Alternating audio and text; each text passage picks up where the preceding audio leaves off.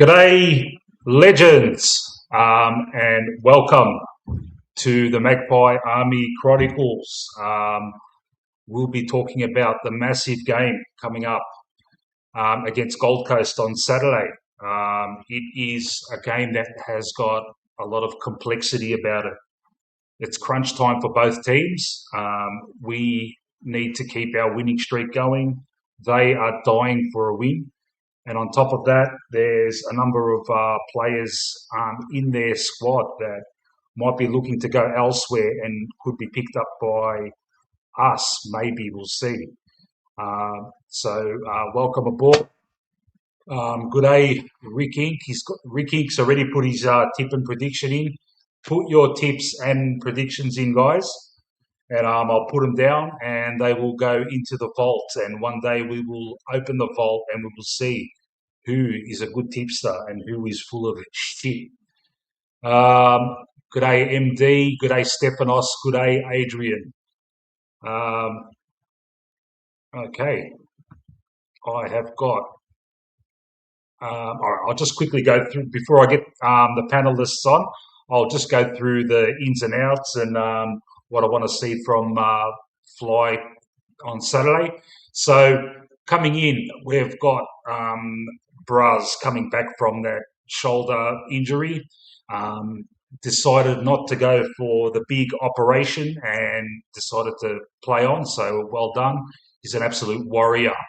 And big congratulations to youngster Liam Puncher making his debut, the second MSD draftee to make his debut for us after the pod.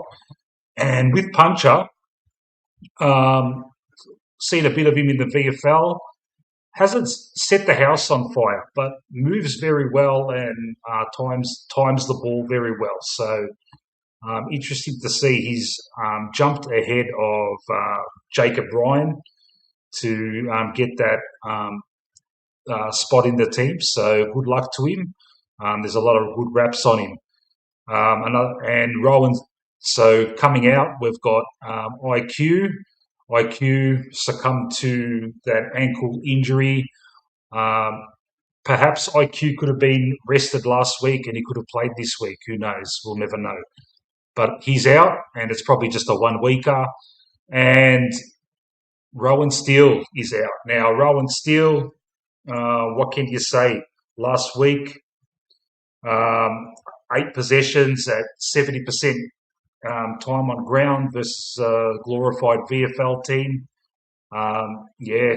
That's you want more than that from Steele. The only thing I'll say with the omission of Rowan Steele, the Zen master, would be that we probably look a bit slow on paper.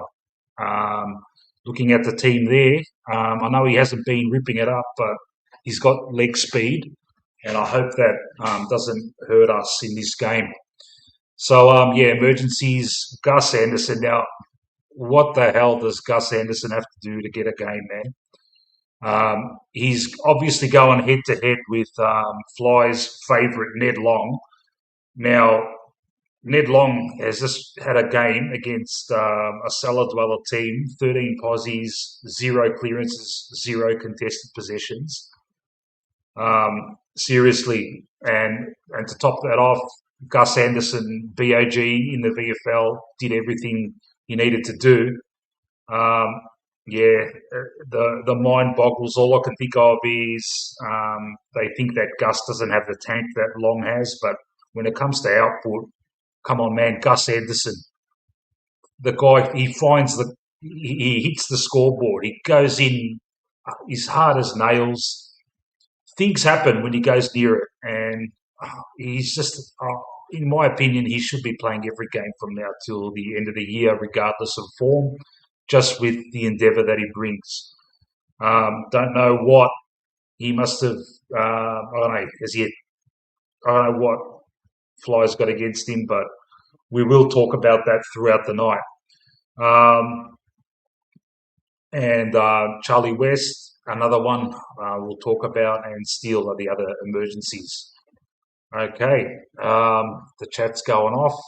A few people in. I will introduce the man who is equally adept at the nuances of avant-garde jazz as he is um, describing the nuances of Collingwood's game plan.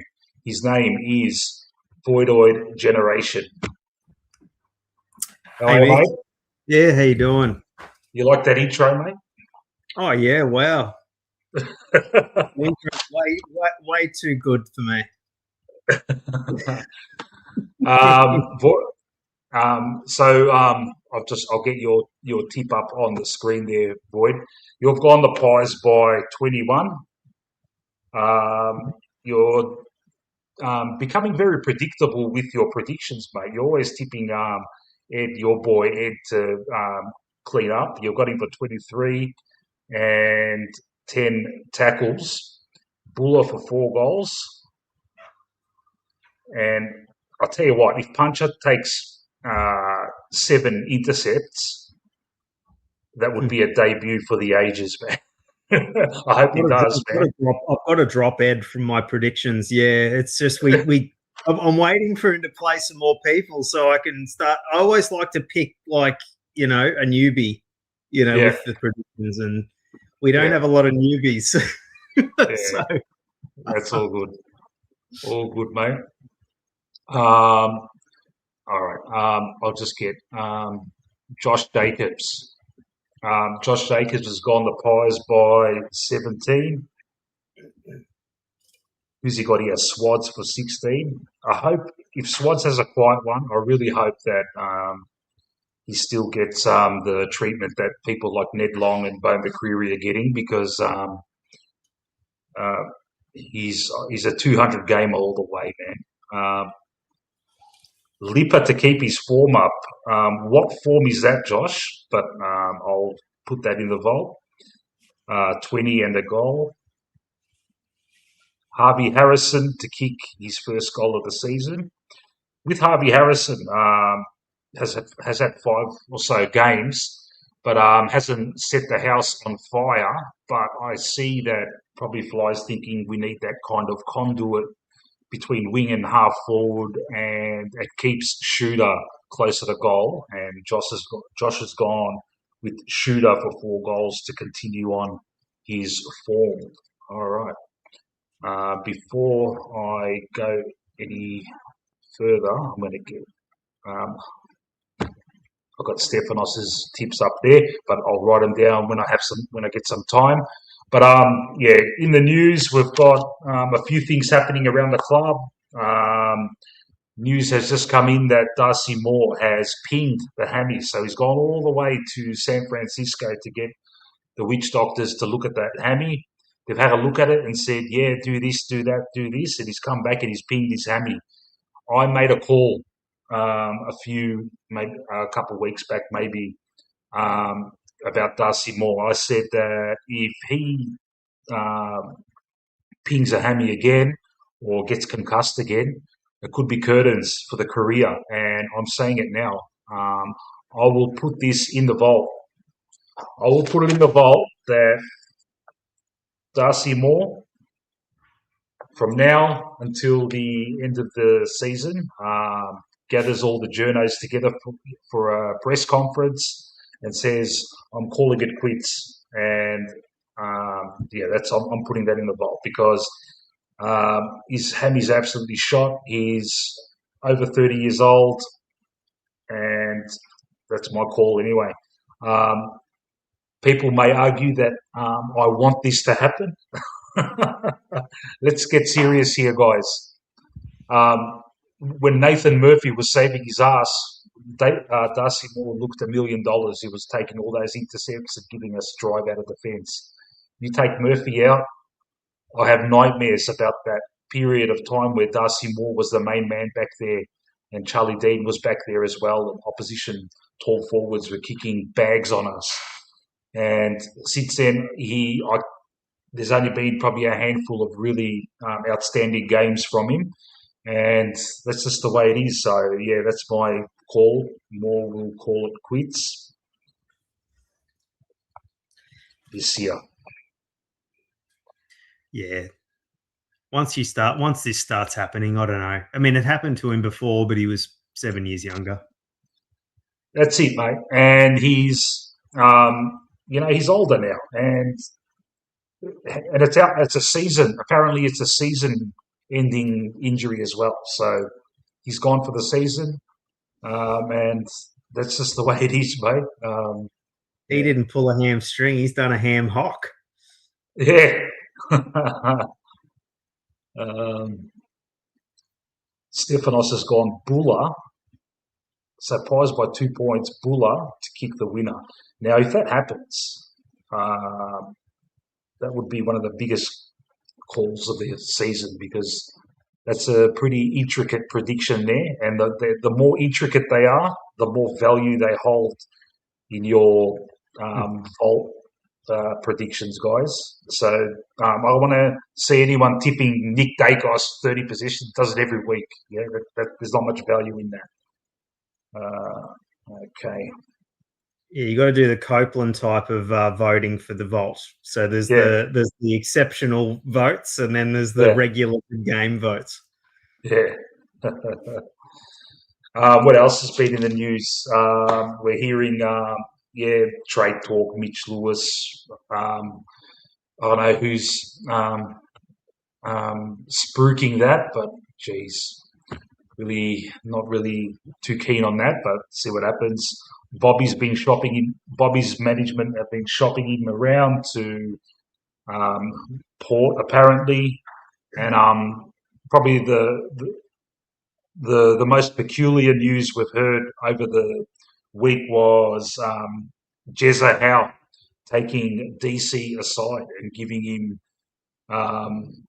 the hard word. DC, mate, we want more from you, mate. What's going on? Look at me, I'm fucking 36 years old. I'm fucking leaving it all out there, mate. What are you doing, mate? We just signed you to a fucking contract that's going to fucking set you up. We need more from you, mate. Other ruckmen have got concrete in the league, have got concrete boots as well, but they've found a way to be competitive. What's stopping you, mate? Yeah, Grundy can't jump. Grundy's killing it, So DC, mate, I'll be very interested to see how he responds to that because he won't be up against Witts. He'll be up against Moyle. Now, this guy Moyle, haven't seen a lot of him. I've seen him play a couple of games over the journey, and they've been good. I understand that he's not a jumper. Do you know much about Moyle, Void? Yeah, I've seen him play a few games. Saw him in our VFL once upon a time too. Yeah. He's a big-bodied ruckman, but Yeah. I think because DC usually plays that brand of ruckman pretty well. He's not a jumper, so he should be able to break even with him. Yeah. It's going to be these are the types of games he's got to, sort of stake his claim a little more when he's playing against, the Gorns or a Moyle type or a Grundy, which he didn't play against Grundy that night. But we can understand if he's going to get towed up by Luke Jackson, but this is the game he's got to help get the ascendancy. And then also, now that we've got some good players around the ball, and we can do what Ben had suggested and get that second throw up after the main ball up, and if we can force another little stoppage, and then DC will usually win that second contest. Yeah. So Witts has been struggling much the same way as DC. Yeah. Because Witts was their number one ruckman, but the rule change has hurt him as well. So that's why he's left out a little bit. Yeah. Interesting. They've dropped Witts and they've dropped Ballard as well. Now on my thumbnail, I've put 4 Gold Coast players putting their hand up to come to Collingwood. I put Ballard, Walter, Rowell, and King, and Ballard got dropped. So there you go. There was talk about us being interested in him. He's getting dropped from a team that's lost 5 on the trot. So that's telling you. Maybe that's telling us something. Maybe we should not really pursue that, but there'll be other opinions on that. You've mentioned him. Have you mentioned him a few times, Boyd? Yeah, when he's we've okay. talked about it. Yeah, He's okay. yeah, He's not a world beater. They've just moved past him. He was coming back from injury last week in the VFL. yeah, Oh, sorry, the week before he was coming back through the VFL. Then they played him just for one game and then omitted him again. yeah. Joshua, we were talking the Butts versus Ballard question, and it's more like an intercept defender versus a lockdown defender. Butts is a Yeah, lockdown. yeah, So it depends what we need. We probably need a lockdown defender more. yeah, He's contracted till 2029, but they'll probably take like a third round pick for him because yeah, he's well and truly out of favour up there now. And yeah. they don't value him that highly. So, and I always think that with defenders, you don't want to spend $1 million on a key defender. If you can get a serviceable one pretty cheap. Mm. They just have to do a job. Yeah. But yeah, I still like. I don't know. I like Butts quite a bit as well. Yeah. Yeah. I know more about Butts than Ballard, probably. Yeah. You like Butts? I'm more a tits guy myself. But anyway, I should get the drum roll to sound effect after that. Come on, guys, bit of comedy. Like someone said before, we might be losing a side bottom. We have to bring in a Butts. Yeah. All right. Yeah. All right. So I've got the lineup up there. The lineup that I would like to see start at the first bounce, and what I'd like to see fly. I'm talking to you directly in defence. I want to. Obviously, you're going to put Framps on King. Howie's going to take Reed. Bruzzy on Long. I would like you to put Puncher on this Walter guy. Give Puncher a job in his first game of AFL footy. Put him on Walter. And let's see, Walter, mate, you want to play for Collingwood? We're putting a first game on you. If you can't beat this guy, we don't want to know who you are, mate. With Pezza, I'd like to see Pezza take on Humphrey. And with their midfield, I've got Crispy, Nicky D, and Allen in the guts there. We're going to be needing to be a bit defensive in the mids, I reckon. So Crispy works out there. Perhaps, maybe Fly. You could. Bo's been in terrible form lately. Maybe give him a job. Maybe give him a job on Petrarca. Just a thought. Keep that in your ace up your sleeve, Fly, and just remember, I told you about that, mate. That's about it. That's the forward line. Yeah, keep Shooter close to goal. Geordie pinch hitting in the midfield. I love seeing Geordie up forward every time. It's funny, isn't it? Every time Geordie or Nicky D spend time up forward, goals materialise. It's just one of those things. But we want them in the midfield. But I'd love to see him spend as much forward time as possible. But that's going to mean, other midfielders have to step up. Ed Allen has been having a slow burn rise of a season. It's just every week we're seeing different little nuances. He's learning the dark arts of midfield play, and he's growing before us every week. And it's great to see. Because I couldn't see it earlier in the year. I made the big call saying, if he can't do a job on the wing, how's he going to do a job in the guts? Well, he's doing a job in the guts. He's proved me wrong. I didn't go to the extent that our mate Andreas said and called him an absolute potato.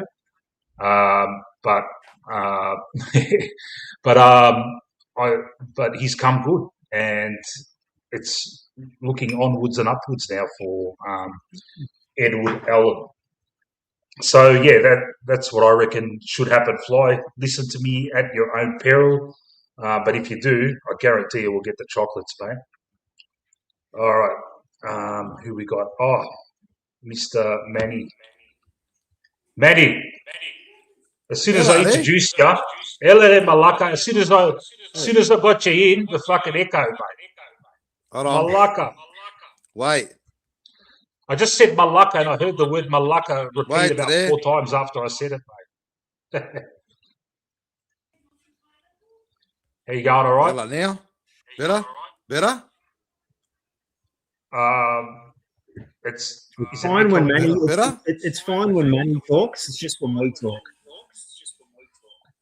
Yeah, you know what it is? It's your microphone, Manny. It's picking up whatever's coming from the thing. So you've got headphones on. I don't know, man. I'm terrible at this tech stuff. Remember how I was when I started doing these streams last year, mate? I had no idea, mate. It took me about 5 weeks to work all this shit out. I was with you, bro. I was OG there. I was with you. We were doing early You tests, were, remember? you, All right, you listen, what were, I'm going to mate. do is I'll talk quickly, and then Yep, as soon as I finish talking, then I'll push the mute button, all right?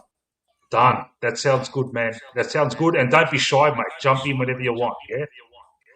Yeah, buddy. Anyway, there. Yep. What's this Malacca doing there? He loves I know. every week he pulls surprises at it. You don't know what he's doing, mate. He fucking he gonna drop a fucking play with Grunt there, like angry. He drop a play with Grunt there that we need against Gold Coast, and he plays fucking players that don't deserve to play, mate. You know what I mean? You leave Angry in, put him in the midfield, let him crash and bash there, get the ball moving fucking forward. They've got fucking gun mids everywhere. You know what I mean? And they're quick as well. If they get the ball on the outside there, they're going to open us up. You know what I mean? They're bringing, I spoke to Void before, they're bringing Puncher in for insurance for fucking Bruzzy, because Bruzzy one contact or one contest with Bruzzy, the shoulder pops out there. He's on the bench in 5 minutes flat. Then we stretch defensively. He should have brought in another defender. Maybe he should have brought in Parker and let Parker play off half back and cover a bit defensively and push Josh up the wing. And fucking, he goes and drops Ron Still. Ron Still's had one bad game, but he's been playing not bad. So he's got to push someone on the wing now. I don't know who's got to push on the wing. Might be Hopefully the it's Pinster Josh, fucking. man. Hopefully it's Josh. This is the catalyst to put Josh on the fucking wing. But I don't think he's going to do it. But yeah, you're going to be Sidey.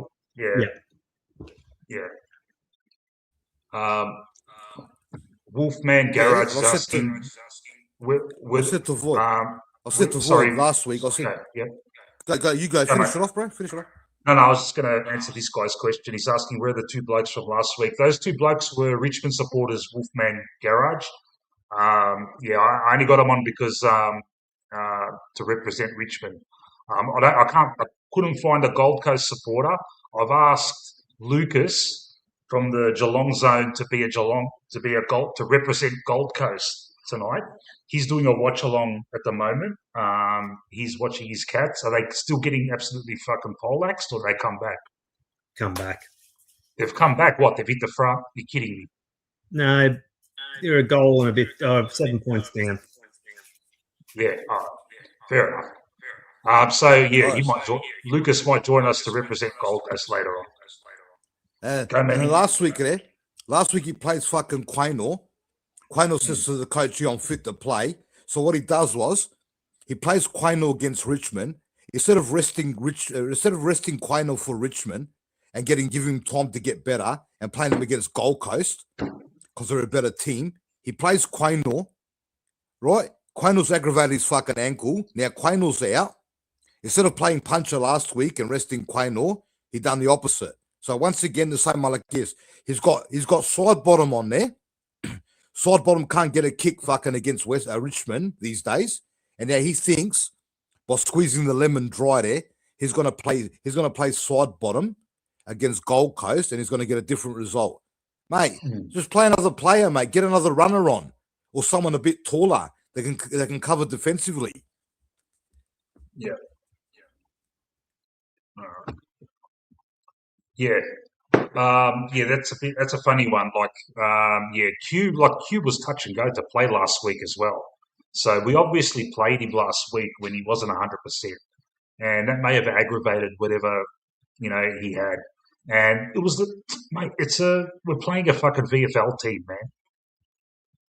That was the perfect time to try a couple of guys that to put him, in the seniors. But no, we went relatively very experienced. We had we could have rested someone, but no. And look what's happened. Q probably aggravated whatever injury he had, and now he's going to miss the more important game, which is this Gold Coast game, which is a must-win. We have to win. People are saying, the fact is we are. I hate bringing this up, but we are at what are we, a game and a half outside the top four. I hate saying that because that should be the minimum requirement for the Collingwood Football Club. We should always be thereabouts. But now look at us. We're about to play a game away from home in Queensland in muggy conditions, and we must win in order to keep our hopes alive of, making top six or top four, where, what we want as Collingwood supporters to be already there, already in the top four, and everyone else is afraid of us, but it hasn't been that kind of season. Rick Inc. in the chat is saying next 2 to 3 weeks we will hear some retirement news. Hopefully it's the news that I hinted at earlier that I put in the vault. Hopefully, look, I'm just saying that's what I reckon is going to happen. What'd you put in there, eh? What'd you put in there? I said, you know what I said? I said Darcy Moore is going to hold a press conference between now and the end of the year, and he's going to call it quits. He's going to nip it in the bud. He's going to say it's all over. Thank you. I'm a premiership captain, but my hammies are fucked. I'm cooked. Even if I recover from this hammy, I'm a concussion away also from retirement as well. So that's why I put in the vault, Manny. I've said Darcy Moore's going to put the hand up and say, "Fuck this, I'm over it." Well, they caught it for him tonight, eh? They caught it for him. They pulled the pin on him. The season's done now. So, as I said to Void, you walk in there now, right? You call a meeting right now. The Malacca's not up there to start off with. The bloke's a dud. He should be in the motoriums now with the boys, and he should be on the bench, right, during the game as a captain and supporting the boys. I don't give a fuck what's wrong with him. If it was me, I'd be there right now. All right? Call a fucking meeting. You walk in there. You say, right, this man here, Nick, is our best player. From tonight onwards, not Saturday, from fucking tonight onwards, you go back in your motel room and you know that he's your fucking captain. Do you understand? And you go in there, you hand over the captaincy tonight, you make Nick the captain, you spark the boys up, they go out there, Nick performs, right? Gets 45 touches, kicks 3 goals, 700-meter gains, right? And starts doing damage. Pull the fucking pin, create some excitement around the club, right, and get the fucking job done. The Malacca's not even on the plane. He hasn't travelled. I haven't seen him for fucking weeks. I don't know where the fuck he is. He's gone. He's Mr. Invisible Man. As a captain, you've got to be front and centre. I don't know what the fuck he's up to. Yeah. I would argue, Manny, that even in the grand final, on field, Pendle's captained that team. Yeah. And he's been on and off the park. And when he's been on the park, more often than not, his form has been pretty bad. And even in those games, our leadership group were more leaders. Elliot up forward, Nick and Braz and Pendles did the leadership. He's never, apart from before the game where you see him trying to G up the players and all that. I've never seen him as like a true captain. Now, some people might say I'm being too harsh on him, but look, man, the proof is in the pudding. You go through all these games, man. He has not had, in his injury-free time, he just hasn't had a protracted run of elite form since Nathan Murphy was his Robin to his Batman, or vice versa, going 4 or 5 years ago. Yeah. He That's needs the to problem, play. mate. He needs to play Jeremy Howe's role to be a good player. We just don't have the right. We just never really had the right mix in the back line where he could just play pretty much unopposed. Yeah. Like Paul said in these streams, he needs to be a third tall, and yeah, we never really gave him that role, which he's just not a defender. Yeah. Yeah, but I think it's probably time up for him, and Yeah. Interesting observation from Mrs. Voigt. Has Moore been at the ground supporting the guys? Don't think he has. He probably has, but he hasn't been like you haven't seen him there, and he hasn't been doing any like media while he's been outside the team. The Essendon captain flew with the team to Perth the week after he broke his jaw. There you go. There you go. Yeah, I told you, bro. It's fucking bullshit, mate. Let's be fucking honest here. Let's be fucking honest here, bro, boys. Right? I spoke to Void before. You're the captain of the biggest fucking club in Australia. You go there with the boys and you tell the boys, no one comes to you unless they come through fucking me. Do you understand? I'm fucking laying down the fucking law. I'm the big boy in this fucking club. I'm the fucking captain, right? If the ship fucking sinks, I'm the one to go down with the fucking ship. This cunt's bailed fucking ship like the rats, right? You are a captain, whether you're injured or not. He sits on the back of the bench, right? And he supports the boys coming off the field, right? End the fucking story. I don't care where your missus gets upset with you, whether you can't go to the deli to buy fucking a 2-liter milk, or what the fuck your problem is. You leave your missus at home. You get on the plane and you do captain's fucking duties, right? Simple as that. He's gone fucking missing. He's not talking to the members. As a paid fucking member of 40 years, I want to hear my captain explain himself. Simple. He's gone missing, right? And he's nowhere to be seen. Not good enough. Second, Flo's playing slow players tomorrow. So he better make sure that he hasn't got Long, Pendlebury, and Sidebottom running through that midfield at the same time. Because if that happens, they're going to cut us up like Swiss cheese. He has to make sure there's only one or two of them on the field at any single time. He better protect Bruzzy. He's got to protect him because we need him for the rest of the year. If he plays Bruzzy, deep defensive pocket on a power forward, and he gets one little hit and that shoulder pops out, he's gone for the rest of the season. So he better come up with a plan to protect Bruzzy, right, and start making right decisions. Simple. He's got to be a bit like Bucks. Remember when Bucks was injured in 2007? You'd always see him basically as an assistant coach all year. Yeah. He was even at Williamstown helping to coach. He used to get in the huddles when I used to go down to the grounds at halftime, and he was really like getting his hands dirty with the team, with all the off-field stuff, helping in any way he could. Yeah, Void, he's not paid $1 million a season because he's a fucking gun player. He's paid $1 million a season plus because he's got that fucking C next to his name. That's why he got a pay rise, because he's the captain. He's getting paid as the captain. So if we're paying you as the captain, you go out there and be a fucking captain. You understand? Don't sit there and fucking stay in the shadows. The boys need you, mate. Get out there and fucking lift them. Do something. Easy just to get fucking bottles of water.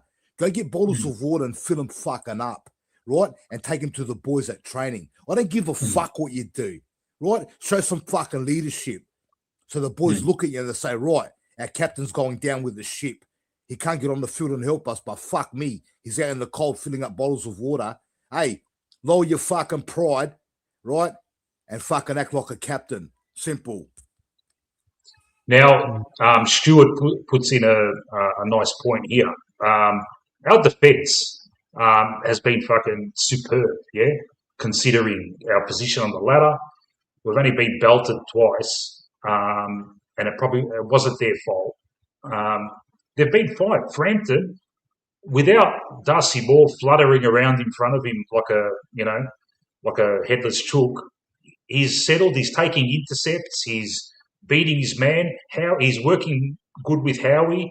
They don't jump. They don't get in each other's way or anything like that. There's no massive like with Moore there. Come on, man. He used to turn it over. Let's be honest here. He'd back himself. He used to think he was better than he was. He'd back himself and turn it over, and bad decisions. And without him there, it's just settled, mate. Bruzzy, Howie, Frampton, Pezza, those guys have held that back line brilliantly. And if look, let's say Moore does not quit and does decide to come back, I would really like him, apart from relinquishing the captaincy, which is a given now, he has to do it. If he stays on, he just has to do it. No, I'll be fucking ropeable if next year he doesn't retire, he does a preseason and he's the captain again, and then ping, fucking round 2 doesn't have a hammy yet. Anyway, what I was saying is, if he does not retire, I just want to see him tried in some other position, man. And he was an elite forward as a kid. I can't see it, to be honest. Like that kicking action, I could just cover my eyes if he's having shots at goal. But we haven't really seen him take shots at goal on a regular basis. So, no. The ruck thing, a lot of people said that. He was in the ruck for 2 minutes and he pinged his hammy. I think that that's gone. That's not going to happen. So, yeah.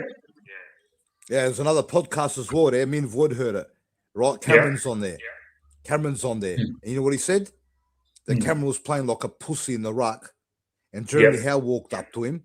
And eyeballed him and told him, start fucking competing. Do you understand? How come it takes a player to walk up to Cameron and tell him to start competing when you got a coach on the fucking bench, right? The ruckman comes off for a rest. How come it takes a fucking leader, a player, to put it on Cameron? The coach should be grabbing him and say, from the first fucking ball up this week, we need you to compete. If you can't get your hands on the ball, run right through his body. Put your knees up and make him feel it. Make him earn it. Don't sit there and let him get the tap out to advantage. Get up there and compete. So he said it with his own mouth, how he put it on him. Because how he must have been looking at him there, how he's half jumping, right? And not putting in, and how he put it on him. And he reckons he went out there, right? And he started playing better. So they know what they do there. Don't think they don't know, mate, when they're not performing. It takes someone to put the fucking rocket up them. Like Houston. Houston needs to be told, listen, we drafted you from Port Adelaide when you were a gun player. I want you to go and play as a gun player. If you don't perform as a gun player, what we're fucking paying you to fucking play like, you're playing fucking VFL. It's as simple as that. I don't understand why this club is so fucking soft to put it on 30-year-olds for. Like fucking Bobby Hill. Do you hear what Chris Scott said? He told Stengel, get to training. We're not a fucking charity case. It's as simple as that. Stop with all the fairy flossing, right? It's called the Premiership fucking season, not the participation ward kindergarten, right? Teddy Bear's fucking picnic. Every week I say the same fucking shit. It's not the Sesame Street fucking party. It is, man. Right? That's the thing. That's the sad thing. It is. Bro, it's called AFL fucking footy. Do you know some of the players that have come before these shit kickers? Huh? Full-blown fucking animals. Huh? You'd be scared to walk past them in a dark fucking alley. You got all these fairy flossers, right? Walking to fucking cafes with their missus, taking Instagram fucking photos, getting paid $60,000 a fucking month from us. We're paying them to play. And they go out there and go through the fucking motions. Every single one of them. Again this week. I'll guarantee you this week you're going to see the same suspects again. You're going to see Nick Dacos. You're probably going to see Jordan De Goey. And you might see Pendlebury. Right? Best on ground. It's time for other players to step up. It's as simple as that, bro. We talk about the same shit every single fucking week. Yeah, and I wish that wasn't the case, man. I wish I just like I didn't like. Did anyone watch? There was something that popped up on YouTube. A day in the life of Fly McRae or something. I haven't watched it. I'm reluctant to watch it, to be honest, because I reckon if I watch it, I'll be just counting the cliches. Like he'll be ripping out things like we're getting better every week, and we're a work in progress. All these sorts of sayings that he's been synonymous with. I don't really want to watch it, but in the chat or if you guys on the panel saw it, please give me an update on did I have I missed anything? Is it worth having a squeeze, or should I When was just it? ignore it? I haven't heard of it. When did this come out? Today, I it got came it. out today. I got it ready there on my phone. I got it ready on my phone today. It's ready to go, Yeah. but I haven't watched it yet. Yeah, He's got to ship me. He's already shipped me off today. He's got to ship me off even more because we've seen this movie before. How many times do you want to see the fucking movie, mate? Huh? Heck, why don't you make a movie that's more fucking exciting? We see the same movie every fucking week. It's harder to do what we're doing there than win games of football. The shit we do, right? Like last week, the same shit there. Handballs hitting the ground, right? Missing targets. The only reason we bet Richmond is because they're a bottom fucking team and they can't punish us. If they're a better footy club there and we're doing shit like that, they would have got us on a rebound there and opened us up. That's why we got away with Port Adelaide, right? And fucking Richmond. And now you got fucking video creators doing videos that all of a sudden our metrics have lifted. Yeah? Our metrics have lifted because we're playing bottom fucking four fucking sides. See? That's what's happening. Yeah. Look,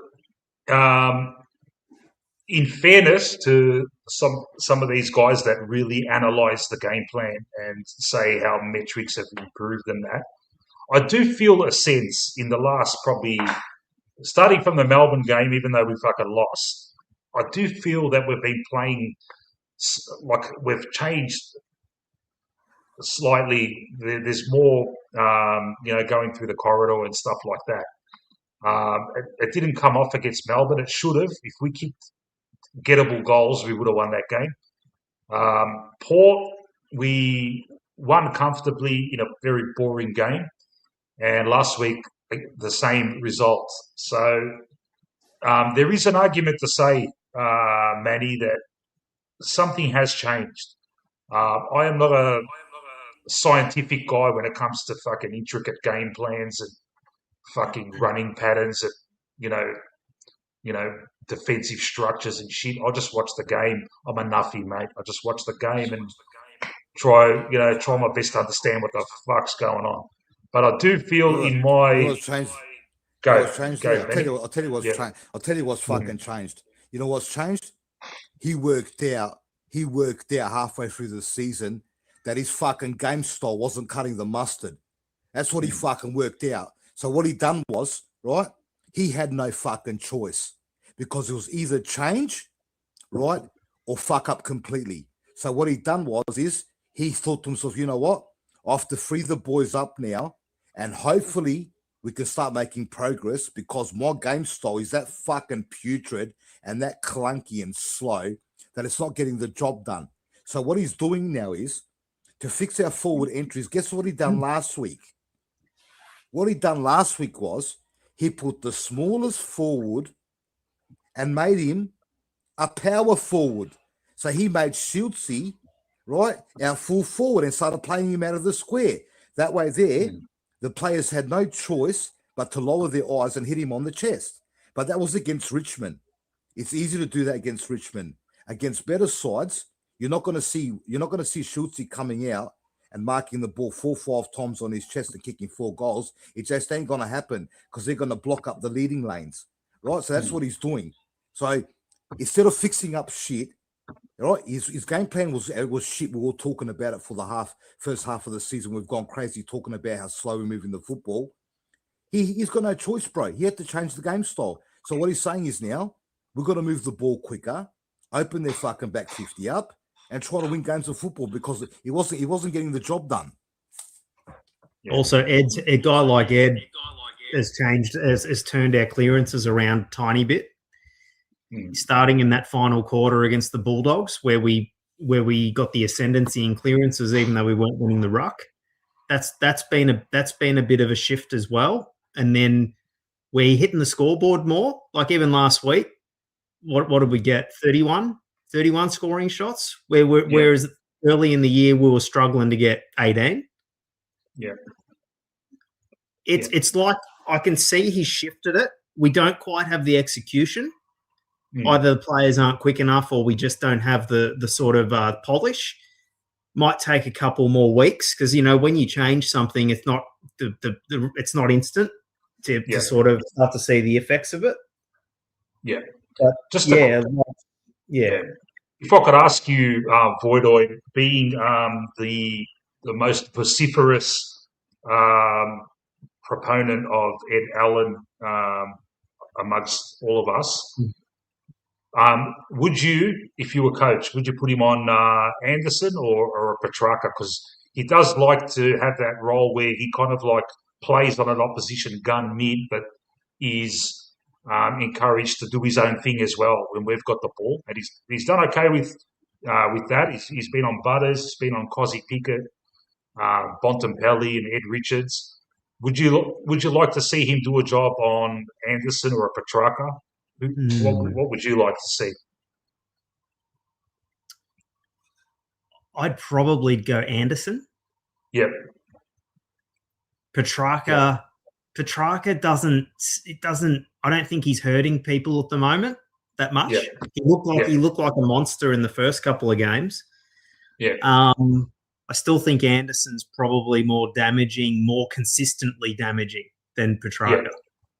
Yeah. I like this from Stefanos. Rao's having a pretty poor season. I like this from Stefanos. Geordie on track and Allen on Anderson.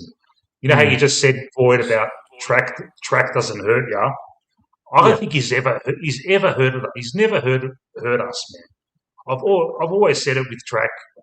And we've come up against games against Melbourne, and I've fallen into that trap of saying, oh, fuck, how are we going to stop track? And he just fucking shanks it forward.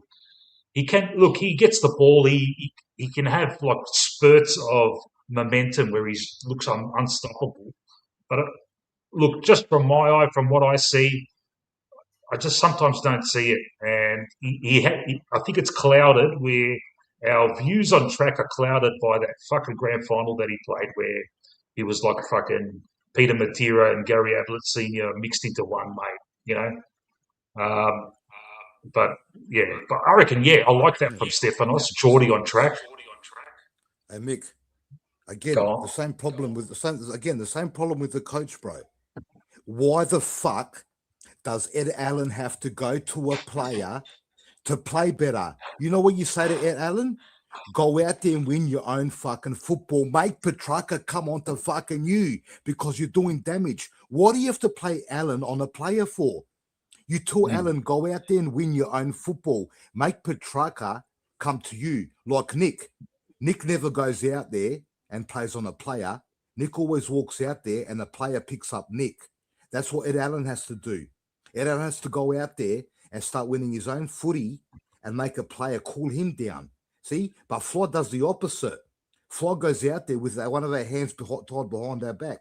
Instead of telling Allen, go out there and win your own football, right, and start rocking and rolling, he puts him on a player from the start. Right? So that tells Allen straight away that the coach hasn't got confidence in me because he wants me to find the footy through another player. He needs to go out and find his own fucking football. That's what fucking gun midfielders do. They find their own fucking footy. It's been happening for 100 fucking years. See, Anderson's going to get probably more inside 50s than Petrarca, but they both get – I feel like they both have similar score involvements, but he gets – because they'll go inside 50 a bit, but the ball just repels out a lot. Anderson will what is it like? I want to the Hawthorn game. It says here like about 8 score involvements from 21 inside 50s for Anderson. Yeah. So they're going to go forward a lot, and we've just got to keep repelling it. Mm. Yeah. Gentlemen, I'd like to introduce to the chat the man who is the voice of reason on this panel. Whenever someone says something like, "Oh, Lipinski's been fucking cleaning up the last few weeks," yeah. The voice of reason comes in to set us all straight, and his name is Age. He's the Age of Reason. I'll give him one. There he is. How are you, pal? Oh, I don't know about that, Mick. I reckon that's Manny's role more than mine. No, I'm going well, mate. How are you? Very good, man. Very good. That's the way.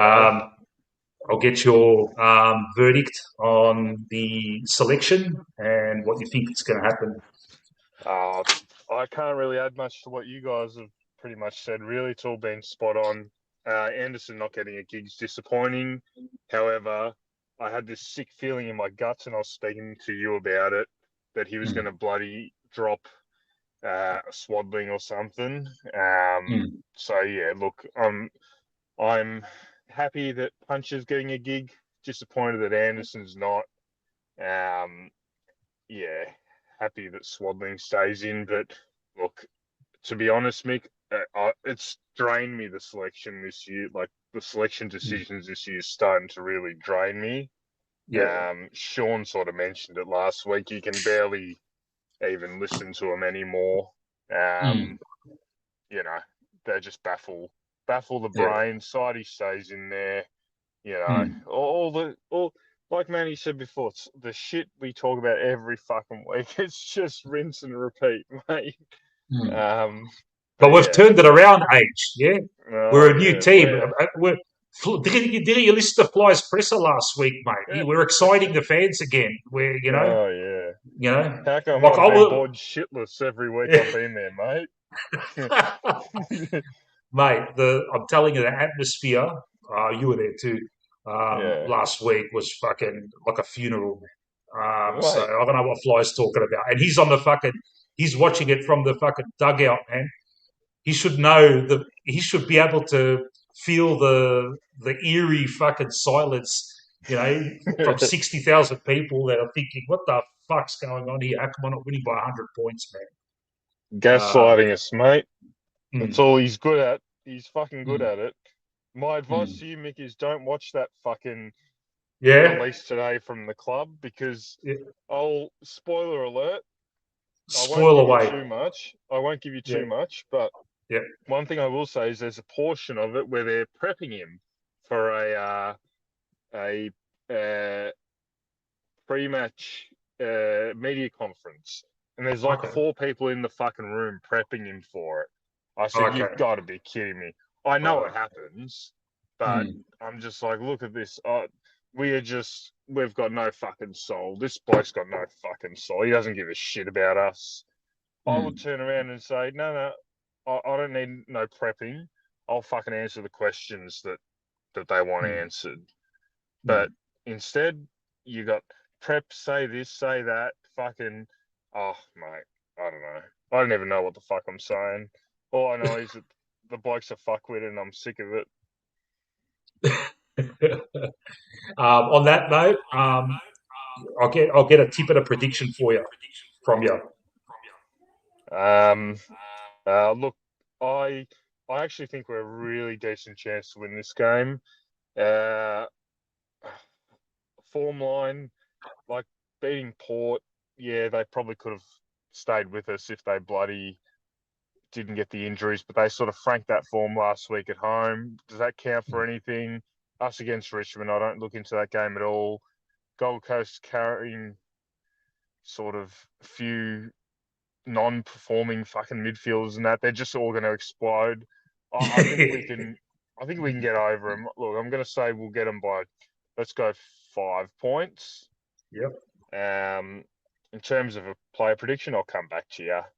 Yeah, no worries, mate. No worries. Yeah. Were you going to say something, Manny?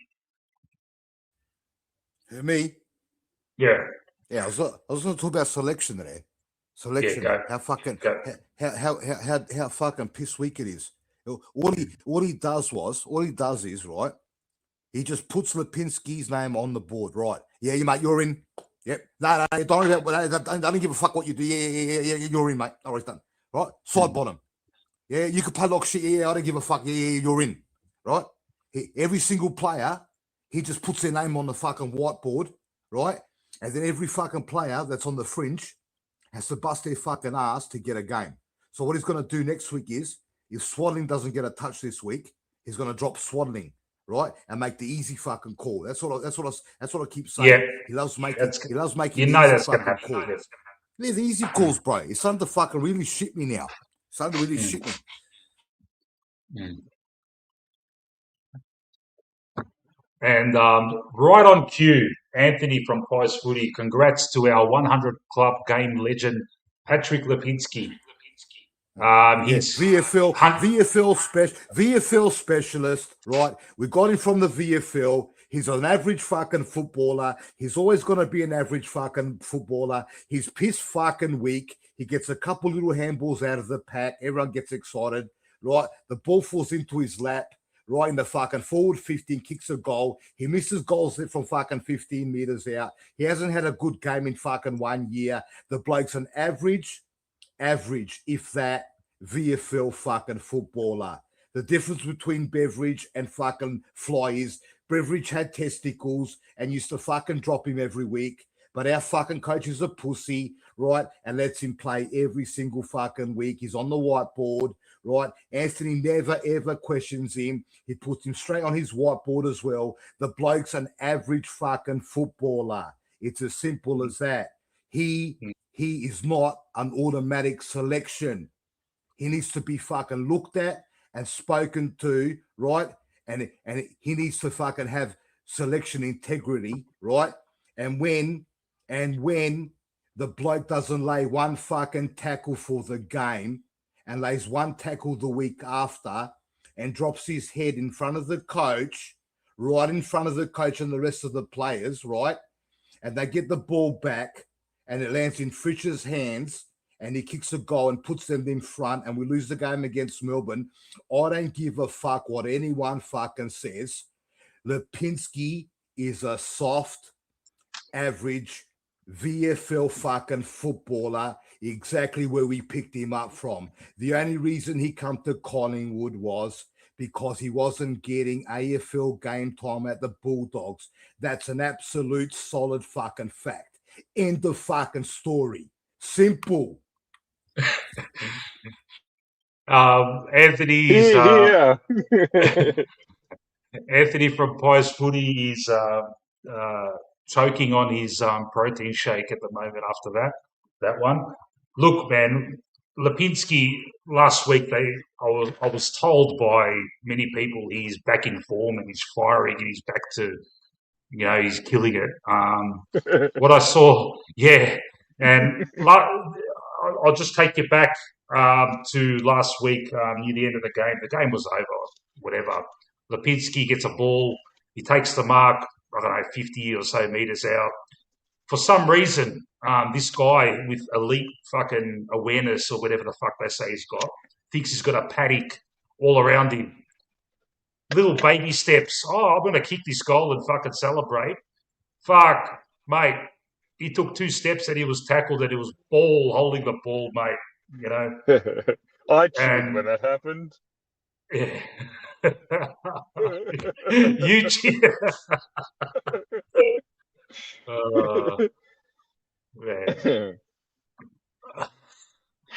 Man. Okay. Backstage, I've got a regular panelist. To most people, he goes by the name of Ultimate Greatness. But if you are a friend of his, you can call him Sean. But only if you're a mate of his. And there he is. How are the introductions going tonight, mate? Shorty, mate. How are you? Yeah, I might need to change my name to Ultimate Depression because that's what it feels like at the moment. But I like that one, Sean. I like it, bro. I like it. Yeah. But Shawnee, we're firing, man. We've won 2 in a row, mate. Where the crowd's excited, and things are fucking moving now, mate. Yeah, and Lipinski's playing his 100th game, so yeah, it's all so sweet. We should all be having hypos right now. So, yeah, positivity and happiness, guys. Yeah. What do you make of this selection? I know it's going to piss you off, but I'll still get your view on the ins and outs for this game, mate. I mean, I'll start off with the positive because there is one positive. Thankfully, Puncher this is actually a choice that is extremely good, and it's also timed well. I think I told you guys in the private in the chats and stuff that this is probably the first time that we've actually made a call, and it's been the right time in terms of the call, in terms of when to do it. Because I'm not giving Fly credit for playing Swaddling. I'm not giving him credit for playing Steen when they were ready way before they got a game. So that, to me, that doesn't deserve any credit. In fact, if anything, he should be, that to me is a failed mark on my account and my opinion. But at least with Puncher, finally, we actually played a guy that's actually getting some form in. And once he gets some form going, we're now playing him. That's what we need to start doing, is that when these guys are starting to play well, when there's an opportunity that opens up, and again, like as much as Quainer can be such a such a really good player, and he doesn't have to be a superstar, he doesn't have to do all these like things where he needs to be all Australian, but if he's underdone and he's not 100%, don't play him. We have the depth. I've been saying this for years. We've had careers that have been killed by this man, being our coach. And it's just like I have been banging the door down so many damn times, and I'm just tired and I'm sick of it. Like, I don't even know why the club thought it was a good idea to put the video that they put out today. Did you endure it?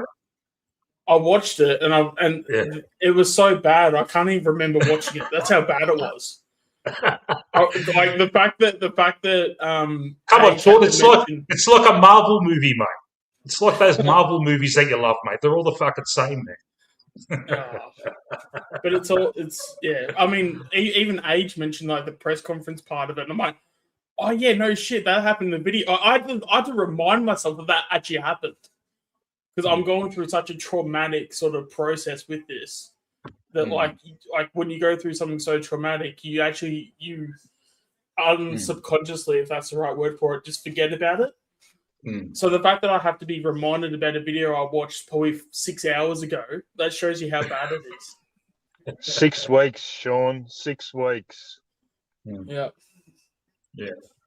Now, Shawnee, you've been a massive proponent of Jacob Ryan in the Rezzies. Yeah. It's not exactly like for like with Puncher, but should he feel a bit hard done by that Puncher has kind of elbowed him out of the way and gotten this debut ahead of Jacob Ryan getting his second game? Absolutely, he should. I mean, even if it's any player that's playing in the back line at this point, he should be pissed off at. Like, I mean, I think what was the Age said it the other day. Like, this guy has basically he debuted 3 years ago. 3 years ago, the club thought, okay, it's a good idea for this guy to play, and he played half of one quarter, and he hasn't played since. And it's not like he's getting like 10 disposals, 40% efficiency. Like, he's getting 25 to 30 touches at 90 plus % efficiency. Like, what more does he have to do? Like, yeah, last year you could argue that it wasn't a great season and he had injuries. Okay, fine. But, like, at what point do we just go, hey, let's just chuck him in and let's just give the kid a crack? It's not like we're top four. It's not like we're it's a shoo-in that we're going to be making a prelim right now. With the way things stand, we're lucky to make the wild card round. you know. And I know that, like, you know, we just won our last like 2 games, but is that really like for? Let me put it like this: is that the achievement that we're going to hang our hats on when we've won 16 flags as a whole entire club? You know, but we bet a bottom side in Richmond and we bet our absolute bunnies in Port Adelaide. That's the standards we hold ourselves to. Every year we play Port Adelaide, for some reason they shit the bet against us. You know, and really it's probably because they're a silver spoon team that hates doing the hard work once the pressure's on, which we happen to be a good pressure side when we do turn it on. Like, it's just like, what have we achieved? We haven't achieved anything. Yes, you can go, we've won the last 2 games, but if you are serious and you want to set the right standards, we haven't done anything the last 2 weeks.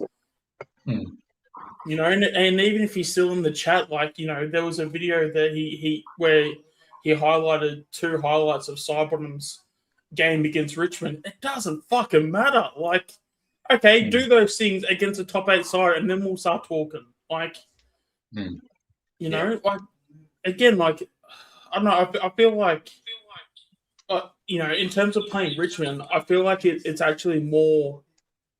It's more damning. A more damning confirmation of the fact how Richmond played than how we played. The fact that we allowed Richmond to play that good showed how bad we are.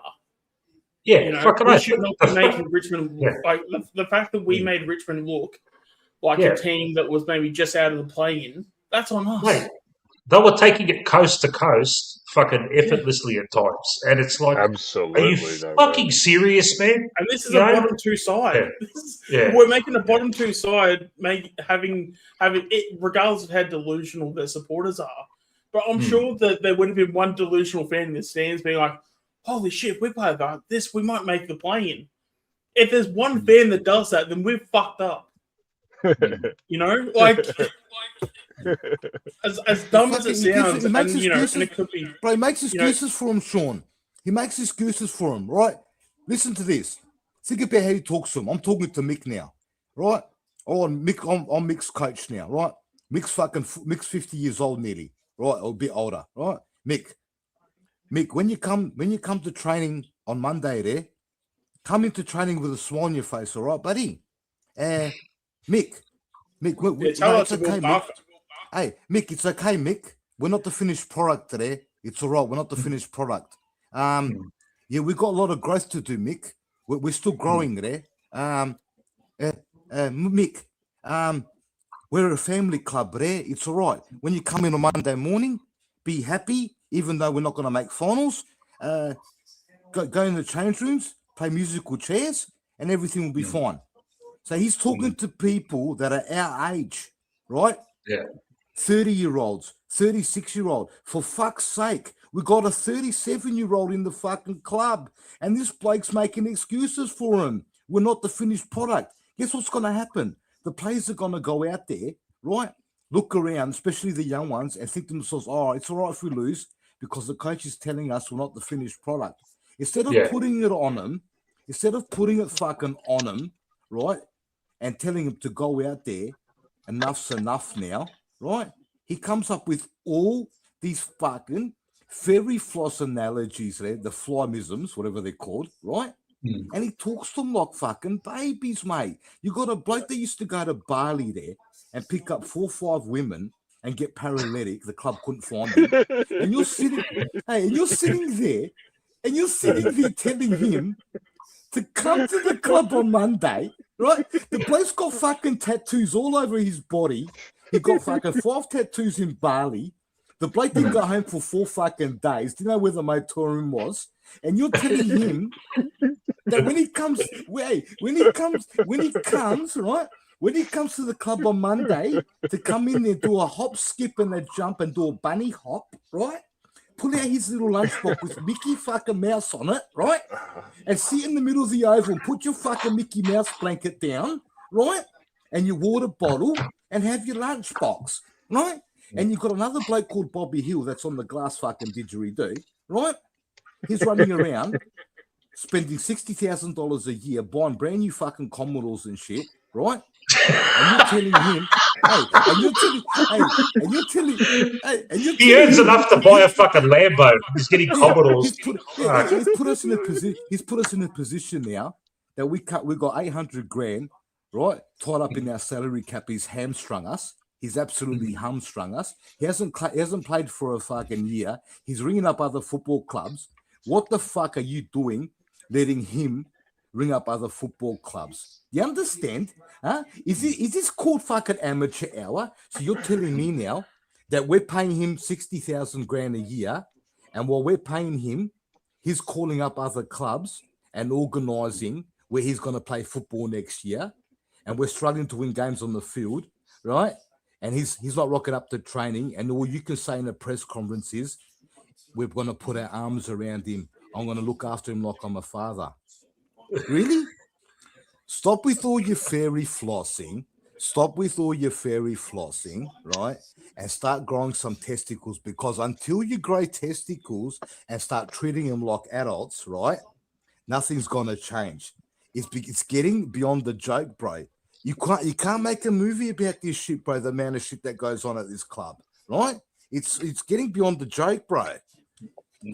Fucking Mickey Mouse fucking bullshit. Collingwood Football Club.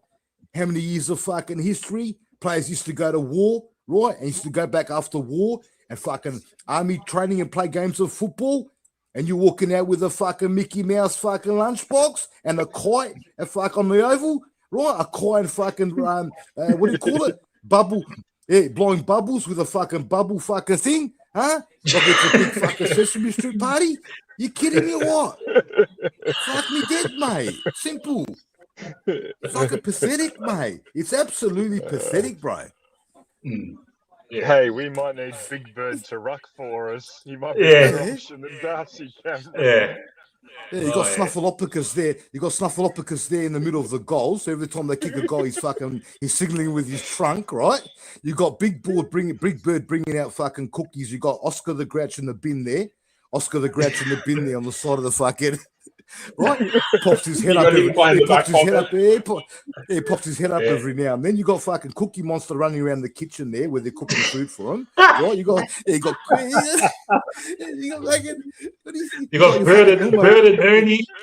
and Ernie on the wings, mate.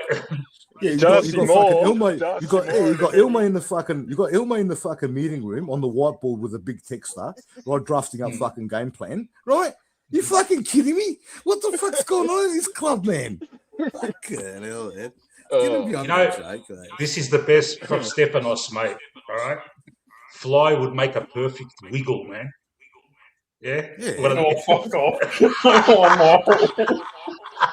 You see a rocket come down from the sky. The rocket opens up. You're all sitting there on the oval with a piece of fucking cardboard.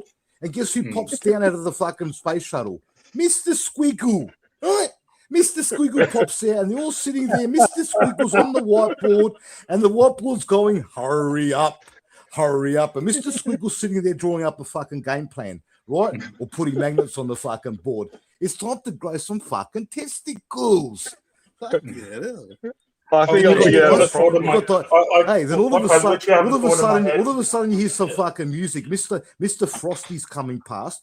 Mr. Frosty's coming past in the 1990s, right, with the fucking music blaring, right? And guess who you see at the fucking boundary line? You see your Captain Darcy Moore getting a fucking soft serve with sprinkles. He's got sprinkles on the soft serve dipped in chocolate topping. Fucking kidding me. Okay, we're gonna run through some more kids shows from my youth. Fuck me dead. Oh, it clearly ain't gonna be Blue's Clues because Fly's got no fucking clue. Fuck me dead, mate. Come on, man. Are we fucking serious football club? We need the old. Come on, man. You got to pull out a Mully Grubs one now.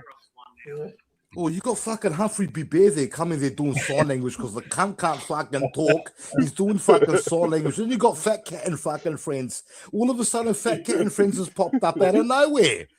Because Humphrey Bear is Jared Wade, mate.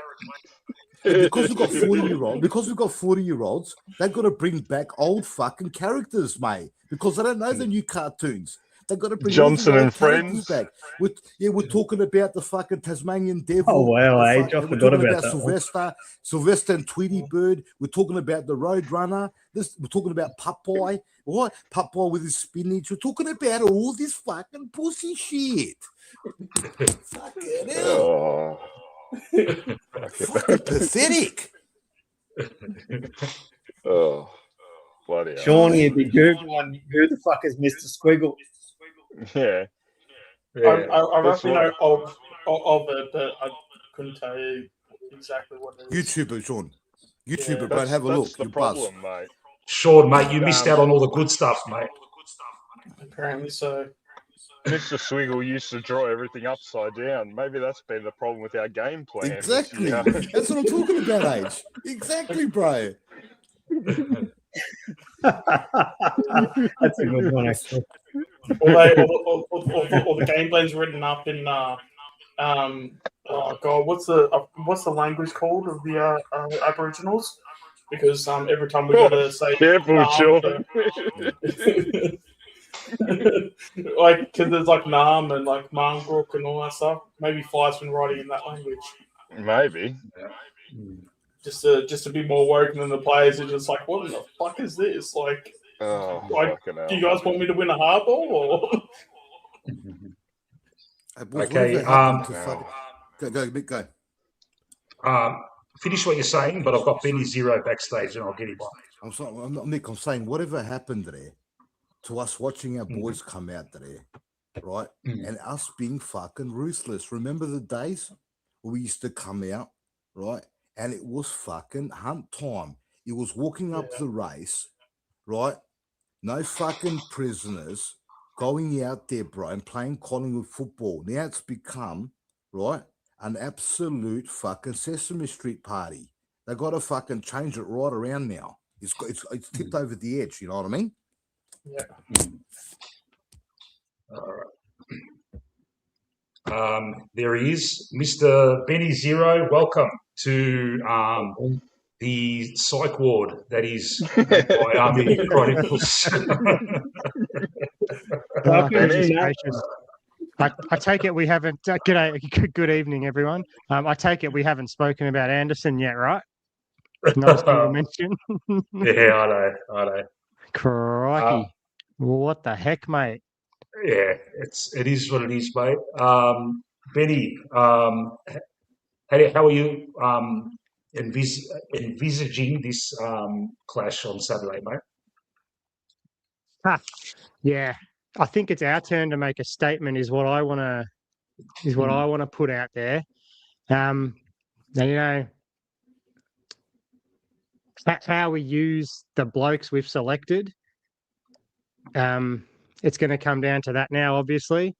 And that's kind of the thing that kind of annoys me about selection night these days is that, you know, there's so many things we could be talking about, but we get forced into these, what do you call it, trying to figure out how the hell players that we think should be in and players that we think should be out aren't. And it kind of takes over every week, doesn't it? What like, you know, the things become topical, and it's every week. There's at least one that we just scratch our heads and headbutt the screen and all those sort of things. Yeah, and I mean, this week's one is Angry. And I just pictured him throughout the week, mate. Like Tuesday is my favourite day. We do the predicted 23 and stuff, and I just pictured all week Angry chasing down these young sons, tackling them hard, putting the pressure on. Alan following suit, and we get to today, and it's like, damn, my whole sort of idea of how I thought the game would go earlier in the week just evaporates. Because now I get to see Long. Yeah, he'll chuck some tackles, but you know, I really even struggle in my own imagination to envision him or affirmate him doing, you know, exceptional things on the field, because it just historically it hasn't been happening. I think we can all agree. You know, he'll have his moments here and there, but they're few and far between. Yeah. You know, I even tried to sort of see past his zero clearances, zero contested ball throughout the week. I thought, he tackled hard, and ultimately. Yeah. And on top of that, the cherry on top is when he decides to say, "Oh, I'm going to go for this cross-field fucking spearing pass attempt," which never comes off. Yeah. Look, It's in fairness, outside I've his seen skill him. set. Yeah, I saw him do it a couple of times, like last year in that purple patch that he had. But yeah, man, sometimes it's just look, man, for your skill set, Ned, just stick to the percentages, man. Yeah, very low percentage for him to pull that off, and we've seen the evidence that suggests it. And I think last year when he was nailing a couple of those, he was getting more possessions overall anyway, so he's bound to get a pretty successful one every now and then. But yeah, he hasn't moved the needle for me. I was super impressed with how he went back to the VFL and didn't have a sulk and performed. But Anderson, Yep. who probably shouldn't have been dropped, went back and arguably was had more impact as well, right? Yep. How he got his Yep. possessions, where, and look, I relied on a lot of what you guys sort of reported to us, but it was glowing. It was glowing all around, wasn't it? Yep. And the side story to that is, and this applies to Westy too. They're not going to play VFL this week. They're going to be sitting on their hands up in the Gold Coast, not being able to demonstrate their skills and their effort and to put on a showcase to say, hey, pick me, beyond looking for an injury or someone's crap performance. We were like, if you can knock the door down so hard that even a good player, well, sorry, I won't say a good player, but a semi-decent performance gets shunted for this, that's kind of that's kind of what I was looking for. And I feel like we've run the Anderson Long experiment enough times this year to realise there's not space for both, and that Anderson has been superior when you know there's been the option. Is it Gus's tank? Is that what it is? Like when he's played, excuse me, when he's played seniors, he's never played more than 60%, and Fly seems to like hold him back, and he tends to have good last quarters where he bangs on a goal or two, and you know does the good stuff. Is that it's got to be that the only thing that's holding him back? And what I would like to say to that is, like, if he's playing full games in the VFL, surely he could replicate that in the AFL. If that's the reason he's not putting him in. Yeah, I think it's less about the fitness, the game time. I think it's more about coach trusting or putting trust in certain players ahead of them. You know the names. I mean, even Alan early on was getting that sort of 55 to 60% game time, and it's crept up, thankfully. As he's proven himself, I guess he almost forced the issue over a certain amount of weeks, and I think the Fly gets a bit of trust and says, "Okay, yeah, you're entering the club. You can have more minutes in the club and have some prime seat in the dance floor, that sort of thing." Swaddling's the same. He only had, I think, 58% last week and the week before, but he was more effective. Yeah, and he kicked a goal that other week, but I wouldn't expect that time to drop this week. Hopefully, I'm actually sort of chuck it in the vault, mate. I think he'll have a breakout. By breakout, 20 disposals at least. Again, he'll beat his record. But yeah, I don't put any of that stuff down to fitness. Really, it's more about who the coach is trusting in at the time, and that's why earlier on in the year, I feel he didn't have trust in these players, rightfully or wrongfully. You can argue that as much as you want, and he's not going to argue with us, is he? But I don't think it comes down to fitness. It's more of that, and I personally think it's wrong. I think you should. I mean, we know Allen was played in the not only crappy game time, but in a crap position. All of us, I don't think there was a single person who didn't call out the stupidness of not playing him dead center, right? And for a long time, for many weeks. And finally it clicked for the coach. He did it, and have a bloody look. It turned out marvellous. And I just feel with Anderson inside, look, if they're both playing together, you can have Long as a permanent mid for limited game time, tackle, bustle, whatever you want to do, and Anderson can do the same thing but play forward and be damaging. But I think that's just a waste of pace. So Long is out. And look, I hope he performs so that we can beat the Suns, right? But I also, in the back of my mind, think, well, if you do a crap effort again, you're out. So it's not like I'm barracking for him to do bad. I'm predicting him to not have a good game. And that might spell his end, right? For now. Well said, Benny, Benny. earlier in the chat before you came on, you put something in the chat in regards to our defence, some kind of stat or something. But the chat was going too fast for me to see it. Can you just repeat what you were saying? Absolutely. So in terms of inside defensive 50s conceded, we're ranked 18th, which means we've had the most, okay? Which means we've had breakdowns, and we've all seen it. We've all seen how the ball has been allowed to move pretty freely at times through out of our forward line and through our midfield, whether it's wide or through the centre, inside 50 for the opposition. And so we ranked 18th for a conceded inside 50s. But at the same time, we're ranked number 1, which is good, for scores conceded. So we've per inside 50, that is, sorry. Sorry. I worded that wrong. I've got to get the exact wording right. But basically, for the amount of inside 50s we've allowed, we're the most effective at stopping a score from that many. Does that make sense?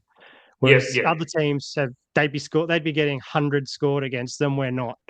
It all points to our defence being just fine. And unfortunately for Darcy Moore, he hasn't been there for most of it.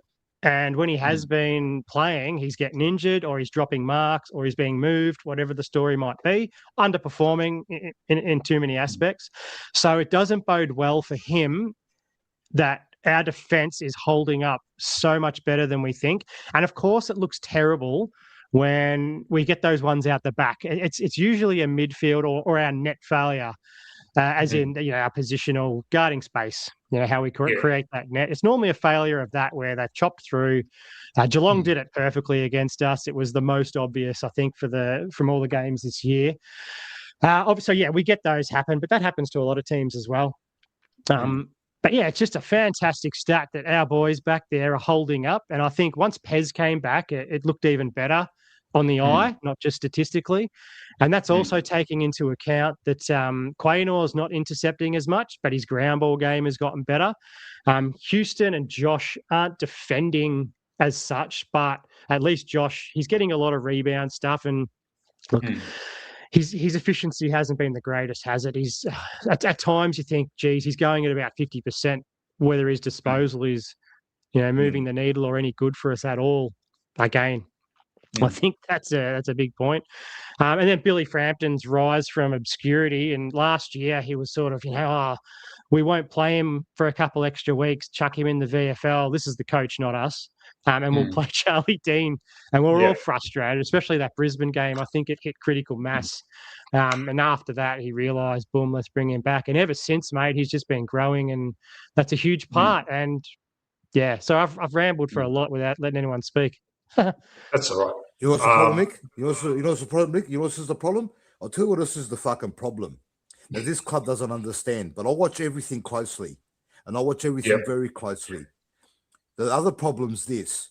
First of all, you got a fucking battler, right, as a defender, right, in Goldsack. And he's our forwards coach. So you got a defender, right, trying to teach our forwards how to fucking play forward and how to do running patterns, right? So you got a defender coaching our forward line. That's our one line. Then you got another defender, Boyd, right? And he's the midfield coach. Why the fuck have you got a defender coaching the forwards? No wonder our forwards can't connect and play properly. Instead of picking up the fucking phone like I would, right, and calling Dermot Brereton a Collingwood supporter, right, and paying him $1,000 for the day and telling him to come down to the club because I've got a couple young forwards that are developing and I want you to teach them how to play forward, how to body, how to run all the running patterns, right? And you're going to get more education out of a gun player like that than what you would having Goldsack as your forward coach. And then you got Boyd as your midfield coach. And then you got fucking Heppel in there. So Collingwood Football Club has got assistant coaches, right, that know fuck all, haven't played the position before, and you think all of a sudden that Goldsack is going to teach your forwards how to play fucking proper forward line. It's not going to fucking work. A club like Collingwood has to put the money down, right, and go get proper fucking coaches. You got Skipworth up in the box. He does all the tactical shit. And then you got Fly on the boundary line, and he's supposed to be the motivator, right? And that kind of coach. So that's the problem. We've got shit coaches in our club as well. So that's got to change as well. Quick, smart. Yeah. I wonder if that. Yeah, well, I wonder if that's a soft cap thing. You reckon? Yeah, like, also, I mean, it's not. You but know, also it's with not a soft Tyson. cap. You know, Tyson was a oh, one at a time. One at a time. it's not a soft cap thing, bro. You know what it is? Yeah. You know what it is? It's a fucking arrogant fucking thing. It's an arrogant thing because he can't lower his pride, right? And do what's right for the football side. What's right for the football side is to call Wayne Carey the best player to ever fucking play the game, gun centre half forward, right?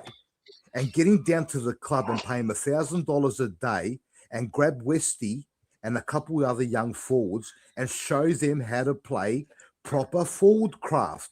It's as simple as that, right? You get gun players to teach your players. They're not going to learn off fucking Goldsack, right? And average footballers. It's not going to cut the mustard, mate. Simple. Just imagine now you got Westy and a couple other young forwards, and all of a sudden they see Wayne Carey walking out on the oval, right? And he's coming there now to teach them how to do forward craft. What do you think is going to happen? They're going to look at him, right? And every single word that comes out of his mouth, they're going to soak it in like a sponge, right? And they're going to start doing what he tells them to do. And slowly, they'll learn the fucking forward craft, right? And you make them develop properly. They're not developing properly, bro. That's why they're coming in and out of the side. Yeah. Joshy Jacobs, you were at training today. You observed Ruffy. He really impressed you. He was the one barking instructions. Okay. Yep. Please give us any. Go, H. Yep. Benny, what was your favourite childhood kids show? Power Rangers. Which colour? Nice. Oh, Green Ranger, all the way, mate. Tommy. Oh, Tommy. Yeah. Now, before that, it would have been like Humphrey or something when I was a kid, you know, like grade prep or something. I liked on the Very late show on the D Generation. Remember their spin off of Humphrey was Shirty, the slightly aggressive bear. Not seen that. Oh, YouTube it. He's a bit of a bear. Yeah, just to circle back to the coaches discussion. It is true. I've always thought that. How hard is it to have someone part-time just to help out the forwards here and there? You hear it occasionally at other clubs.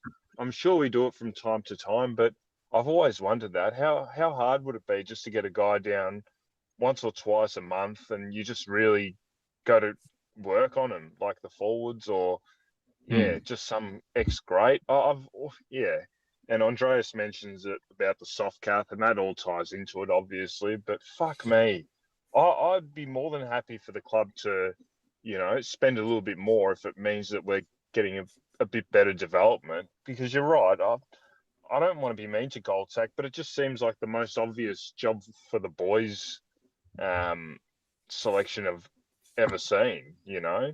Unless there's some bloody higher play and it's got to do with Butters or some shit. I don't know. But it just, I don't know. Just makes no sense to me sometimes, the coaching selections. Goldsack was a very serviceable footballer, but fuck, what's he know about forward craft? Let's be honest. Yeah. It's fucking pathetic, mate. That's what I'm saying to you, bro. It's not professional, mate. Just imagine now, Dunstall, right? You call up Dunstall, give him $1,000. That's not gonna even tickle the salary cap, right? You give him $1,000 for 3 hours work, right? Dunstall walks out on the field and says, right, you know who I fucking am? I'm the bloke that kicked 17 goals in a fucking game of football. right? Most of you puppets can't kick 17 goals in the whole fucking season. I kicked 17 goals in the fucking mud, right? It was a different game back then, man. What different game? No one kicks more than 5. Back then, everyone was kicking bags of 5 every fucking game, both teams. That doesn't happen anymore, man. Listen, I'm not saying Dunstall would be shit if he came in. So you're telling me now, right? If you had Wayne Carey, right, in our team now playing against these shit kicking defenders there, what would happen there? You remember the defenders they were playing on there? Take him out drinking. Huh? Right. All right, so you put Plugger, right, Tony Locker in our forward line there, and you're trying to tell me now that Plugger wouldn't kick fucking 20 fucking goals there. Are you crazy or what? Are you there? We're talking about superstars here, there, proper footballers there, proper guns there. They hit they used to kick the goals there. Every drop punt used to go through the fucking big sticks there. Not miss goals, not miss goals out from 10 meters out. We're talking about proper footballers, bro, right? Guns. Wayne Carey's well, Gary Ablett Sr. there. You put Gary Ablett Sr., right, in the Collingwood Football Club. I don't give a fuck who you are. He's kicking 15 fucking goals on these defenders there. Who's going to stop Gary Ablett Sr. there? Who? What defender in the league? Who's Sicily? Sicily's going to stop Gary Ablett Sr. Who's going to stop him there? Butts. Jordan. Oh, who came from Adelaide Crows? Who's going to stop him there? No defender's going to stop him there. They'll be too scared to even get in front of him. I plug it, and that's what I'm trying to say to you. There. You got to get proper fucking players to teach our players fucking forward craft. There, it's simple. Yeah. On that note, ladies and gentlemen, if I could ask you to give me a like and a subscribe if you're new to the channel. This is what it is. I do fan cams. People jump on and have their say before and after the games. And on that note, I am going to refill my cup of coffee and I'll be back in half a minute. If I could kindly ask you guys to talk amongst yourselves in that time. Please.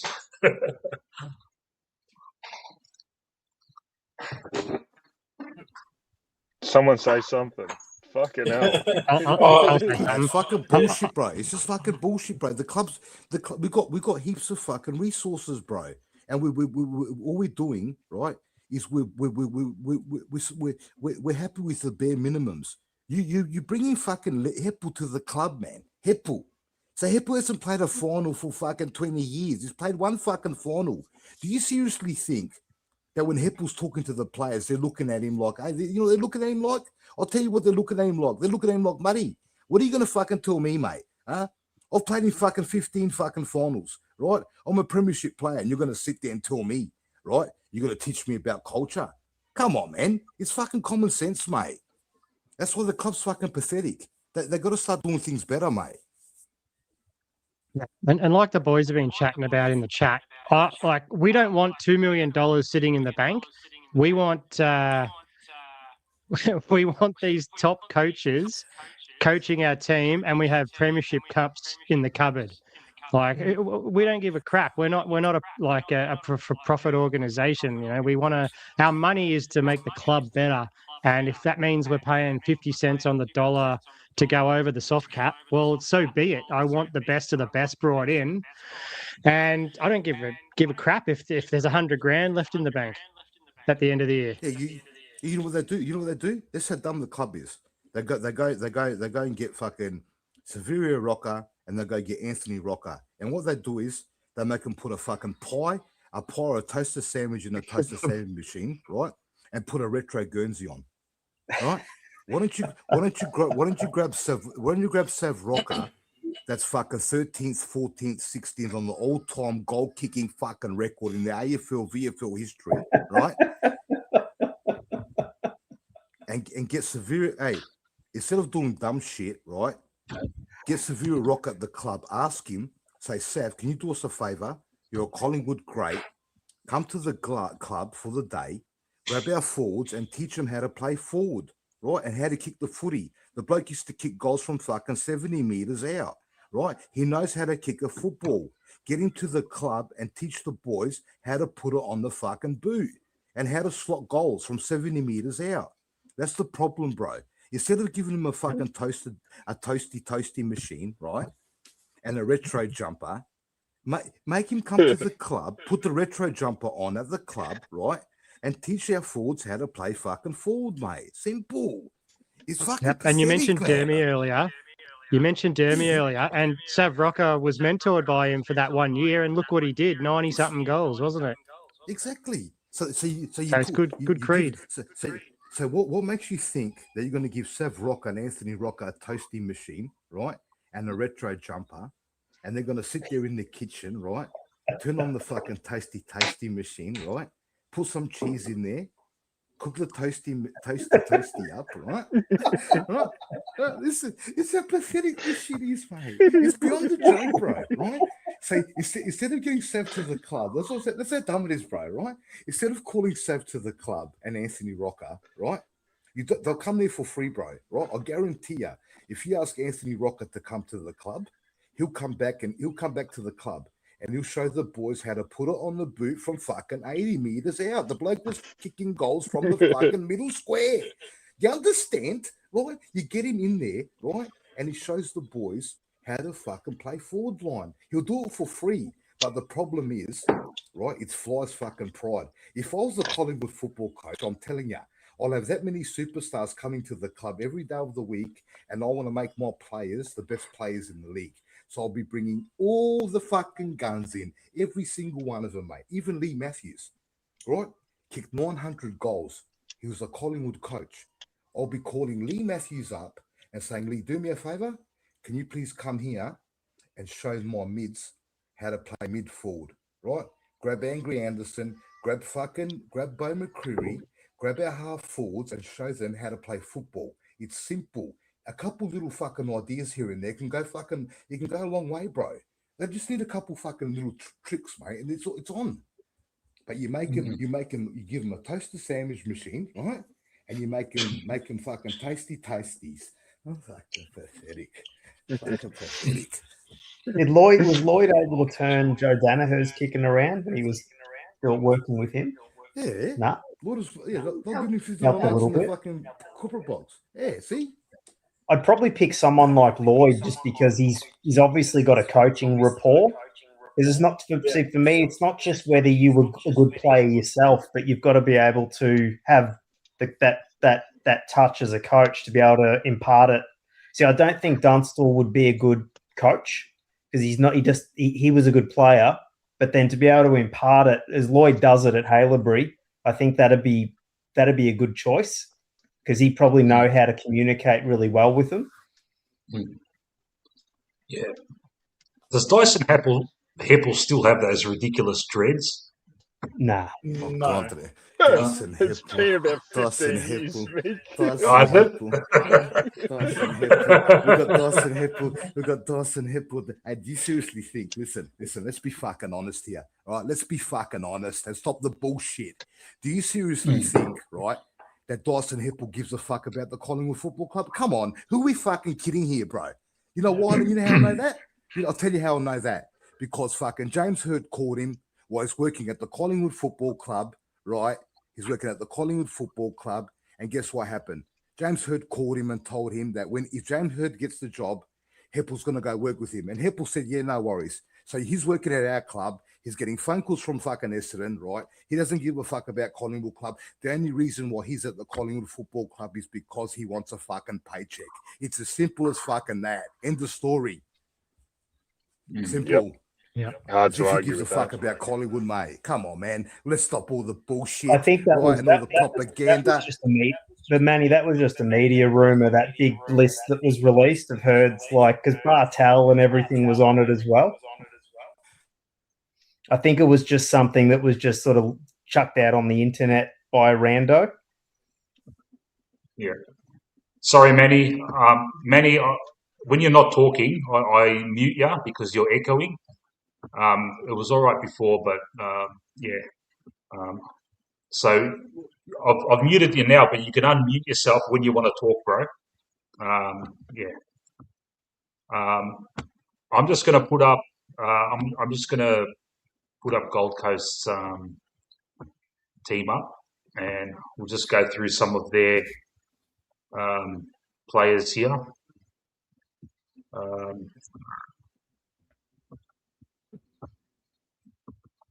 All right, now I'll tell you what, man. On paper, these guys look like fucking a premiership team almost, man.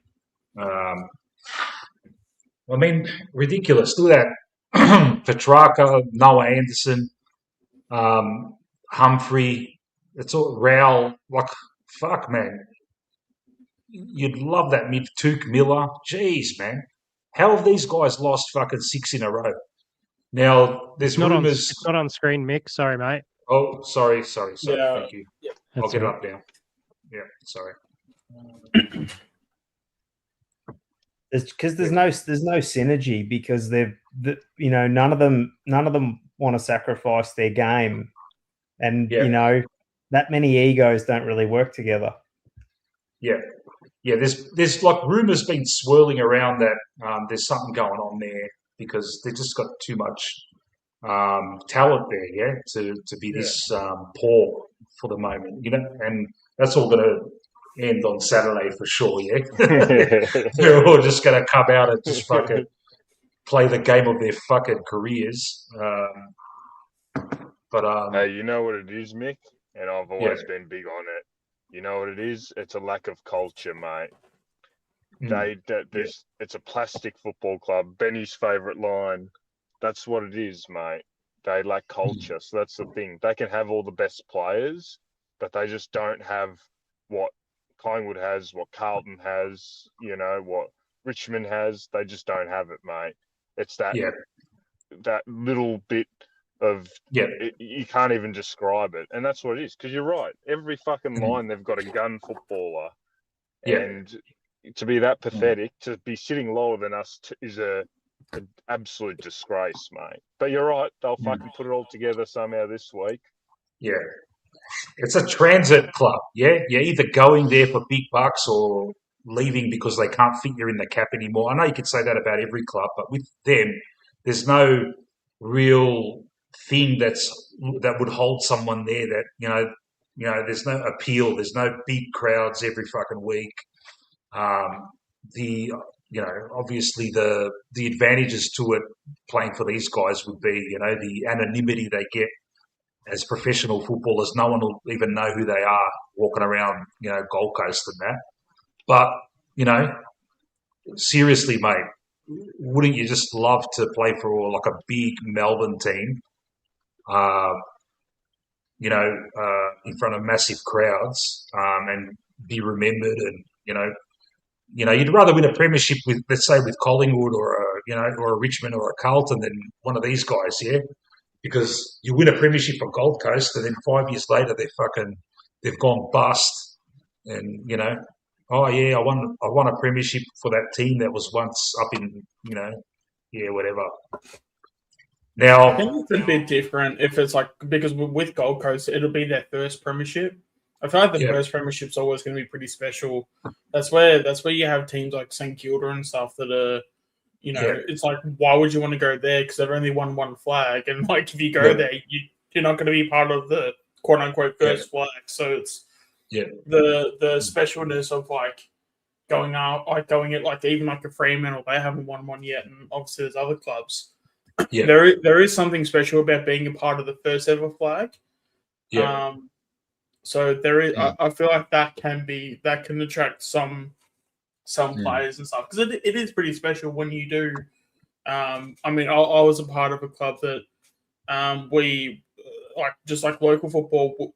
We came into the competition the year before I started playing in that competition and stuff, and our first year we took out a flag in the first year ever. So I know just from playing for a club that won a flag in its first year in its existence was pretty special. So I can only imagine what that would be on an AFL level. Yeah. I think it is special, but it's like it's when you have like or it's when you already have won a flag, then it's like sort of not as special. But so even someone like Freo, like if you've got someone from Perth that's playing for, say, a Victorian club or something, and they want to go back home, and it's like, damn, Freo are really close to winning a flag. It'd be really nice to be a part of it. that's probably a bit of a selling point. But yeah, if you've already won one, then I wouldn't say it's as much. Yeah. They're playing for the company store. That's Yeah. like, it's We're always going going to to celebrate the premiership, eh? Mick, where they're going to celebrate the premiership, eh? Where they're going to go in the Gold Coast? There'll be no crowd there, nothing. Yeah. Their midfielders are downhill skiers. These cunts. Their mids. The problem they got is their mids, right? Their mids are downhill skiers. So what they do is they run forward when the ball's going forward, but they don't want to put the fucking. They don't want to defend. So that's how they get. That's how they get caught out. So they get smacked on the turnover. Yeah. So they're all their gun mids that they all play like Geordie. They don't run back. They just want to fucking look exciting going forward. Like Geordie, a bit like Nick there, but no, like forward runners, right, and not defensively minded. So what happens is when they win the ball back, all of a sudden their mids will run forward to get onto the footy. But then when they have to do the hard yards and run back and do the defensive work, they don't run back hard enough, and they get opened up. So that's what we got to do to them. We've got to open them up on the way back. Yeah. Now, theoretically, if our defence holds up like it has been, and we decide to move the ball quickly, for crying out loud, we should be able to take advantage of that downhill skiing every time. And I mean, the last few weeks, our scores from turnover, especially from defensive half, has gone up, which is great. That's what we want. If we can't take advantage of it this week against these skiers, then I don't know. We're in a bit of trouble. But I think our defence just has to hold up under a bit of a barrage. You can expect them to to pepper us a fair bit, I'd say. Yeah. Now, in fairness to DC, going back to the Melbourne game, leading up to that game, all of us were saying DC is going to get absolutely fucking murdered by Maxi Gorn. Now, Maxi Gorn got the chocolates that day. You have to say that. But we won the centre clearances in that game. We set up defensively and sharked Maxi Gorn's taps.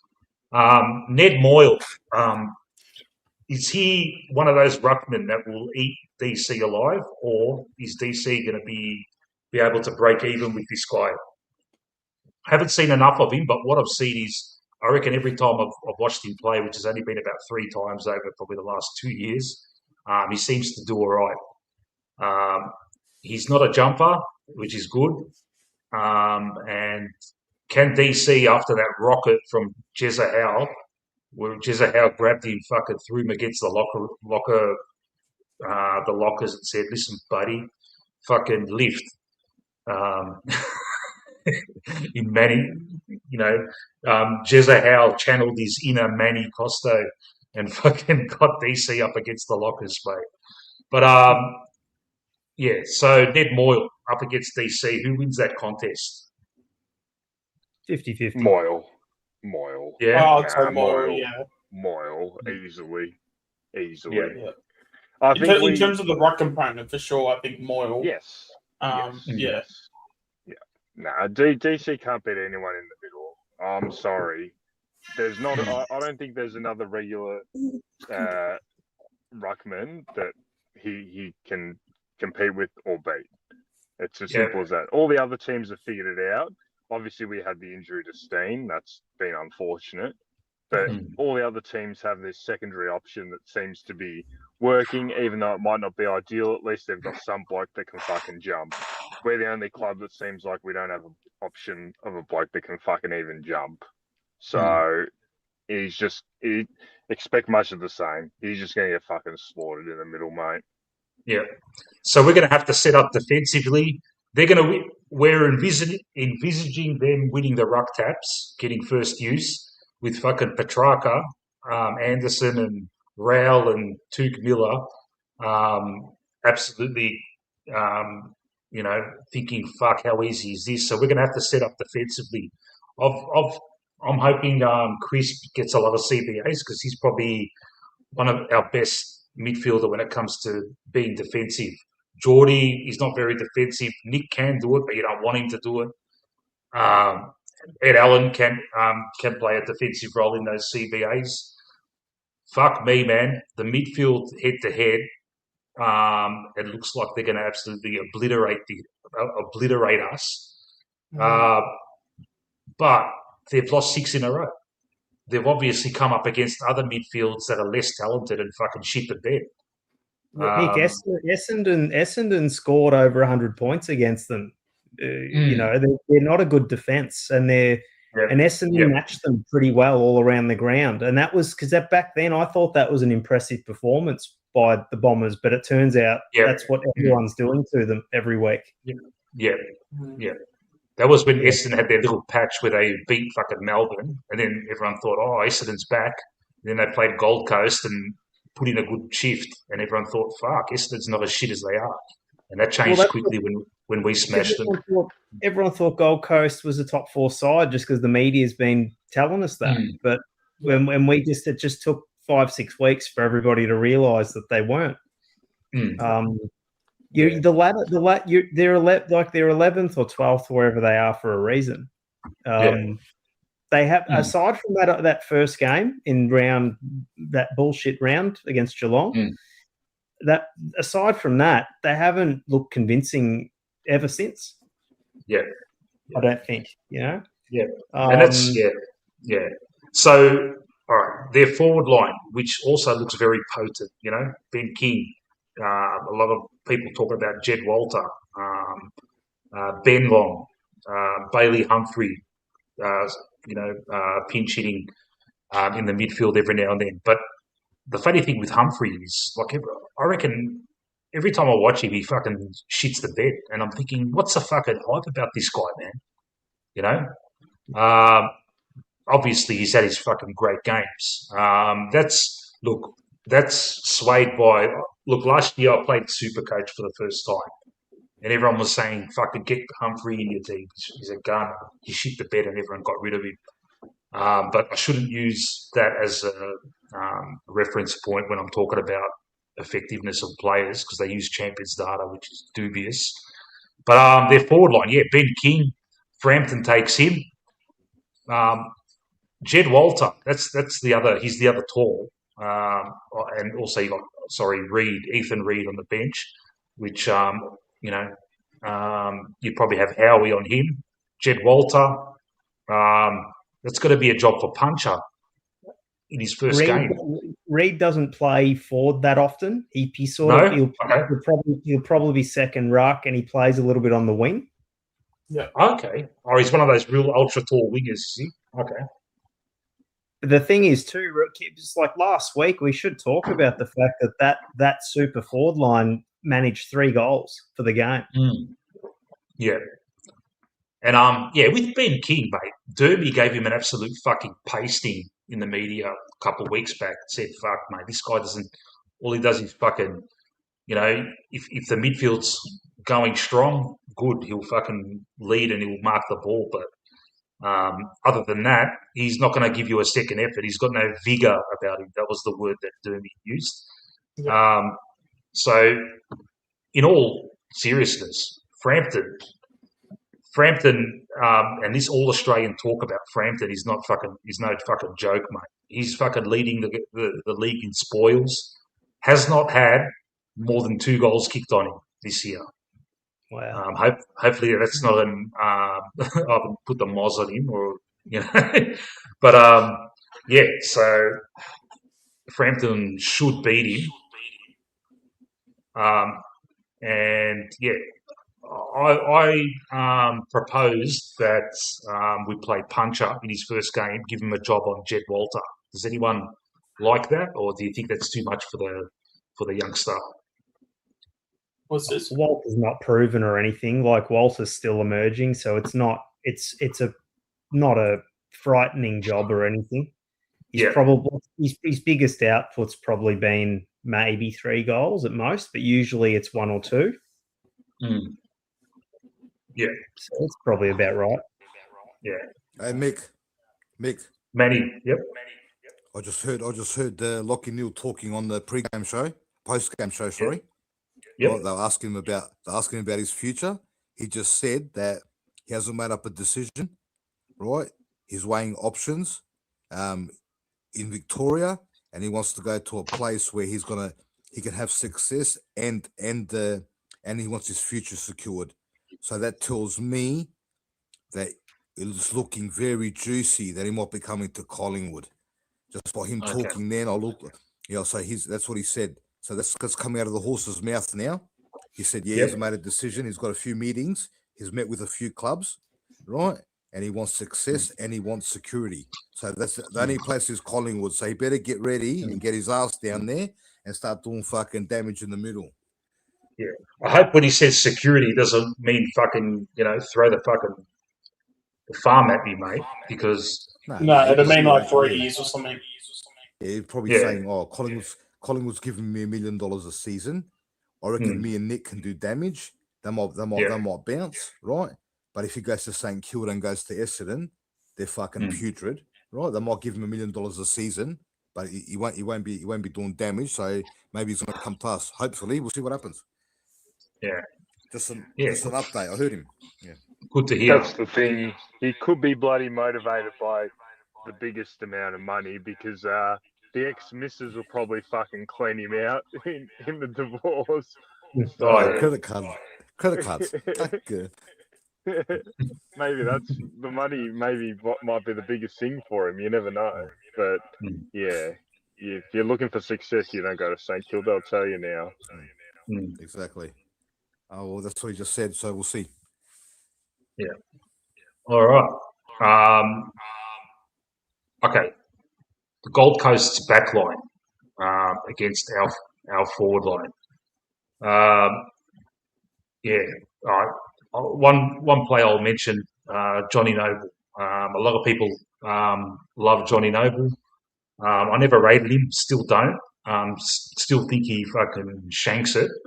But you can't deny he gets a lot of ball. He gains a lot of meters, which seems to be a big thing about when people weigh up effectiveness of players. Johnny Noble will probably be thinking, "Fuck, I want to fucking smash these guys." So it's a very interesting game because we'll have Johnny Noble running out of halfback for them, and we've got Dan Houston running out of halfback for us. And it could be a head-to-head. Who wins it? Who wins the Johnny Noble versus Dan Houston contest tomorrow? Hopefully it's Dan, but yeah, go. I'm pretty sure. I'm pretty sure I said this maybe a month ago or so. If we were to do that trade or just in terms of like schoolyard picking, if you've got like the one list spot, I'd be taking John Noble over Houston right now. Yeah. Well, I think that's more how bad Houston has been. Because we know he's got talent, and a bit of it has to do with Fly not playing him in the right position and giving him more of a job to do. Yeah. But at the end of the day, you can only go off the current form, and I'd rather have a Noble that would put his head over it and would take the risky kicks. Put his head over it. Yeah, put his head over it. Yeah, absolutely. And because and also again, as much as we can go, but he's going to turn it over and he's going to cost us 3 goals. When with Noble, when he was at his peak in terms of form, yes, he would have those turnovers, but like in his peak form, he wouldn't do it as much. But the thing is that like the kicks that he would have, that where he'd kick in the corridor and where they get a run on going, those plays would actually result in goals. So as much as he was a bit of a turnover and he would cost us 2 or 3 goals, he'd also create goals as well. So sometimes it just comes with the territory, and okay, it costs us 2-3 goals a game, but I don't know the actual stat or how the numbers would have been, but at his peak in terms of when he was playing his best football, I wouldn't be surprised if he created 6 or 7 goals just off the fact that he was able to take the game on with his kicks. So obviously that turns into a positive if that information is true, but I wouldn't have thought to have said this, but I think that not having him in the side, I think it's really hurt us. Okay. All right. Enough of Gold Coast talk. We'll just ramble on now about whatever about the game on Saturday. I agree with Crossy in the chat. Noble has been costing the Suns big time, the same as he did for us. I say that without really having watched Gold Coast, but with Noble, the history with Noble and us. Look, Noble's had a very good career. We plucked him out of obscurity. Where was he playing? Sandful. We picked him up in the mid-season draft. He come good, but when you talk about the 2023 season and a call had to be made, apparently they presented him with a video of all these of his output, and they showed all these missed tackles and shanks and this and that, and they thought, "What the fuck you doing, mate?" And just at that moment, Ollie Markov had was at the peak of his career, which at the time, in my opinion, was better than what Noble was giving us. Just at that time, obviously, it hasn't worked out for Ollie Markov, but in the latter stages of 2023, I reckon that's what it was, mate. And Ollie ended up having a decent grand final as well, to the point where half time he was. Quarter time and half time, he was joking around it on the bench saying, "Mate, I could win the Norm Smith here, fellas." That wasn't going to happen, but he had an okay grand final, and Noble wasn't happy, but that's just the way it is. Footy, mate, shit happens. Noble has obviously had the better career, but we made the call, and it was the right call in the end. Yeah, Noble couldn't be trusted in that 23 finals series. If you actually go back and watch the 22 finals, you'll see how much Johnny Noble cost us in that bloody Sydney game. He was deplorable in that Sydney game the previous year. So, it was no surprise to me that once the crunch time came, I reckon the coaching staff just thought, we can't trust this guy coming into finals. Yeah, okay, he's good for a home and away season. He's sort of a good home and away player, but guys like that will let you down in big finals. So guy like Markov too, like I always say with those fringe guys that know they're fringe guys, not fringe guys that get a game every week, actual proper fringe guys that have to perform to keep their spot every fucking week. That's what Markov was. Whenever he was in there, he performed relatively well. If you actually look back at all these games for Collingwood, very rarely when he got a Guernsey did he put out a poor performance. Yeah, he might get dropped for team balance and team structure the next week, but very, very rarely did he have a poor game. So it just goes to show you that's what it takes sometimes to win a flag, when you got these depth players that are fully committed and there's no sooking, there's no fucking favouritism. They just know when they get selected, they have to perform. And then, they might be unlucky and they might get dropped, but that's their position in the team. Not walk up fucking starts every week from guys that aren't putting up any fucking decent performance. That's the difference between now and 23. We just don't have any of those fucking guys right now. We've got youth that are showing things, but they just get dropped. We don't have like any senior footballers in the twos just sort of waiting in the wings for a call up, But look, Johnny Noble, like you said, eked out a good career. Collingwood gave him the opportunity to start. Good on him. But I can't wait for him to hit a few of our blokes on the tits tomorrow, Saturday Arvo. Yeah, I don't think they'll defend him that hard. I don't think they'll mind him running it out of defence if he's playing there this week. He like Josh said, they seemed to move him onto a wing last week. If he does get off the leash, you'd think it'd be a Bo McCreary or a Harvey Harris. That's all I'm thinking about. They would have to do something and probably just try and hurt him the opposite way by getting loose and kicking a goal. Harvey Harrison, that's one. He's had 5 weeks now. Apart from that little deft fucking evasiveness. in that moment against Melbourne where he set up the pod. Haven't seen much yet. He hasn't racked up the stats or anything like that. Fly's given him a nice chunk of games to get his act together. One good thing about Harvey Harrison is that his position that he's playing in that hybrid between wing and half forward has allowed Shooter to be closer to goal, and that ended up with Shooter kicking 4 against Richmond, albeit against Richmond. We have to take that into consideration. Harvey Harrison, breakout game. Everyone's hoping to see it, just to break the shackles and say, okay, I'm a AFL player. I'm over this fucking ACL injury. Hopefully, hope to see that.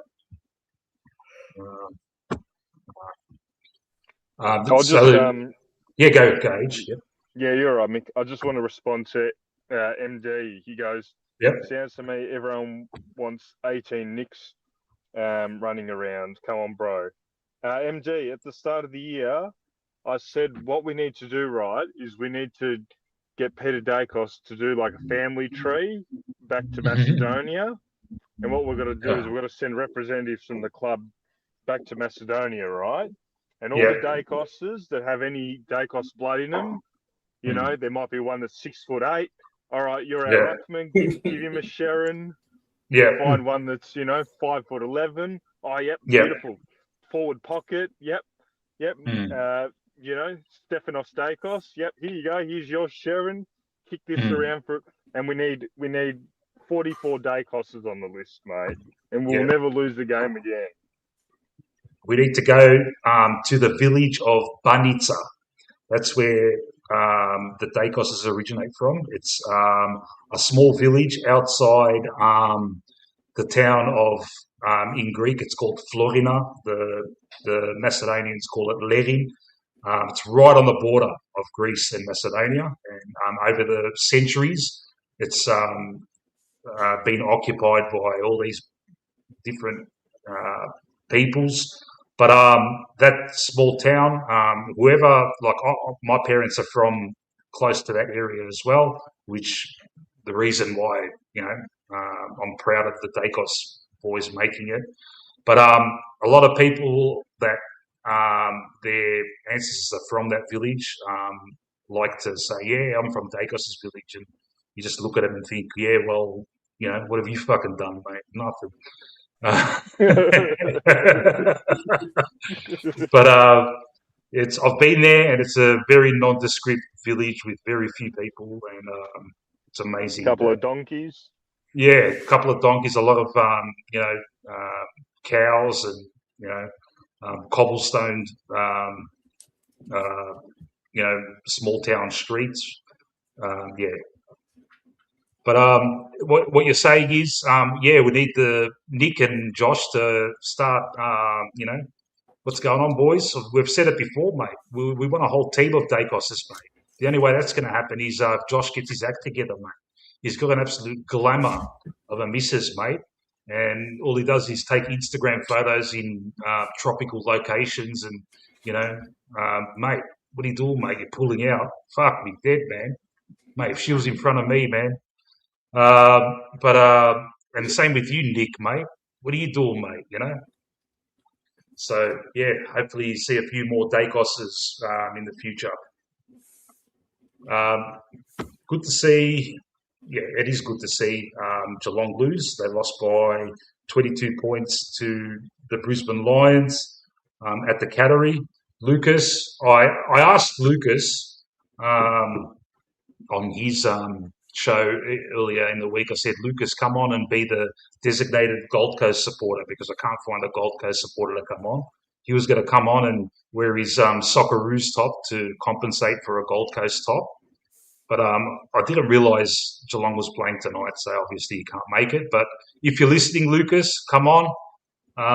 We were listening to you earlier, fucking losing your fucking shit after that putrid first quarter. But come on, mate, and give us your verdict on what the fuck happened at the Cattery.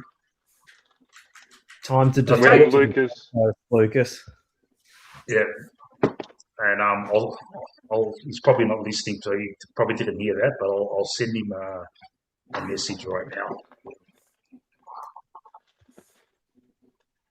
Chris Scott broke a phone in the coach's box tonight. Yeah. How good are the Chris Scott, the Scott brother meltdowns in the coach's box, mate? You can make a compilation of those, mate. You'd be tearing strips off him right now in the dugout. I'll tell you now. How many changes for the walls? How many changes for next week? You reckon? You'll probably make about 6 changes. Yeah, if only someone could take note. Lucas. Yeah. Yep.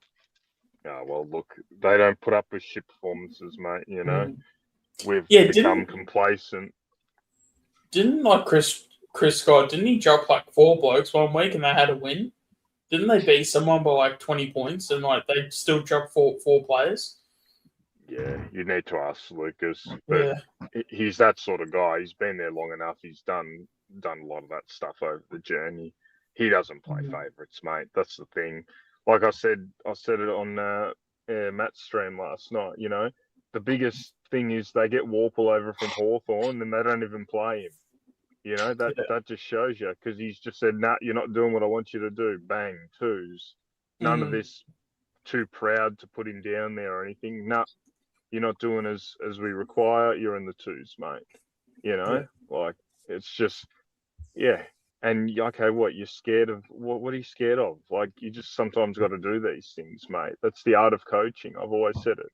The art of coaching is not just your game plan and what you do on the field. It's so many other things, and one of the things is when blokes aren't doing what you require of them, you give them a spell. And it doesn't matter if their name's bloody Nick Dacos or fucking Harvey Harrison. It just doesn't matter who it is, mate.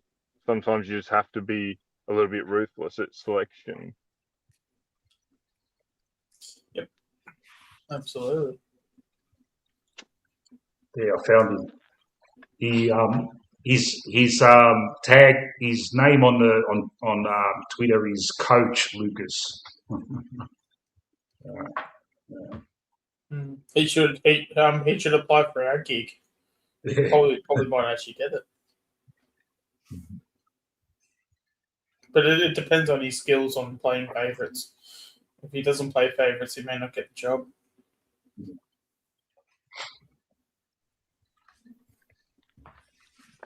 What did they win by in the end? 4 goals or something, yeah? Yeah.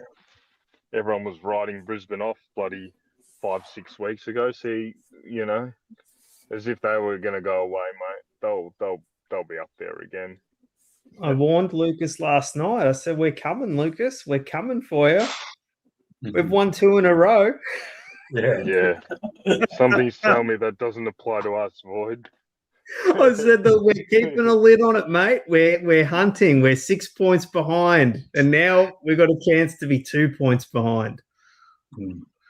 Oh, they would never drop him, Josh.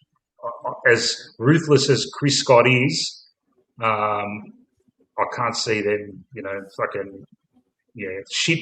I know he's been shit lately, but he's one of those undroppables, mate. Yeah, but that's fair enough, though. If Jeremy Cameron's having those performances, and I do like, in terms of playing favourites, I feel like you can play favourites, but it be in good taste. Where I think with someone like Jeremy Cameron, you do have to play him.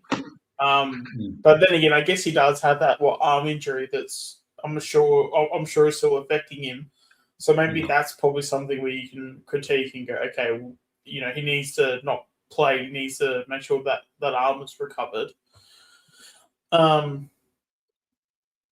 but I wouldn't imagine someone like a Jeremy Cameron has played bad performance after bad performance. I just don't. I don't think he would be that type.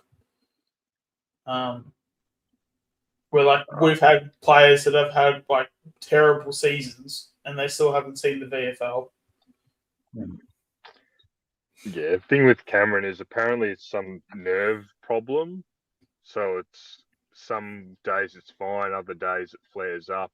So it's almost like a day by day basis. But he's he's not at the levels as what he should be, obviously. But he's still kicked fucking 40 goals for the year, hasn't he? So, God, yeah, well, that's better than any of our forwards. Exactly. That's what I mean. So people are like, oh, fuck, geez, Jeremy. Yeah, you look at the Coleman, he's still kicked 40 goals for the year. Our best goal kick is about 22 odd or something. So, you know, he's got a bust. Yeah, and then be fucking Nick Dacos. Yeah. So, you know, he's busted. He's going like a busted, and he's kicked double our best fucking goal kicker. So, yeah. And probably 3 times of our best our best player that actually plays forward. Yeah. Lucas is still fucking crying in his fucking beanie. Fucking, I think he's got Bocek. He had Bocek when he talking, I think. Anyway, I'll send him a message on his chat. Enough fucking misery, mate. Just come and join us, so make us feel better listening to you fucking vent. Yeah. What else, guys?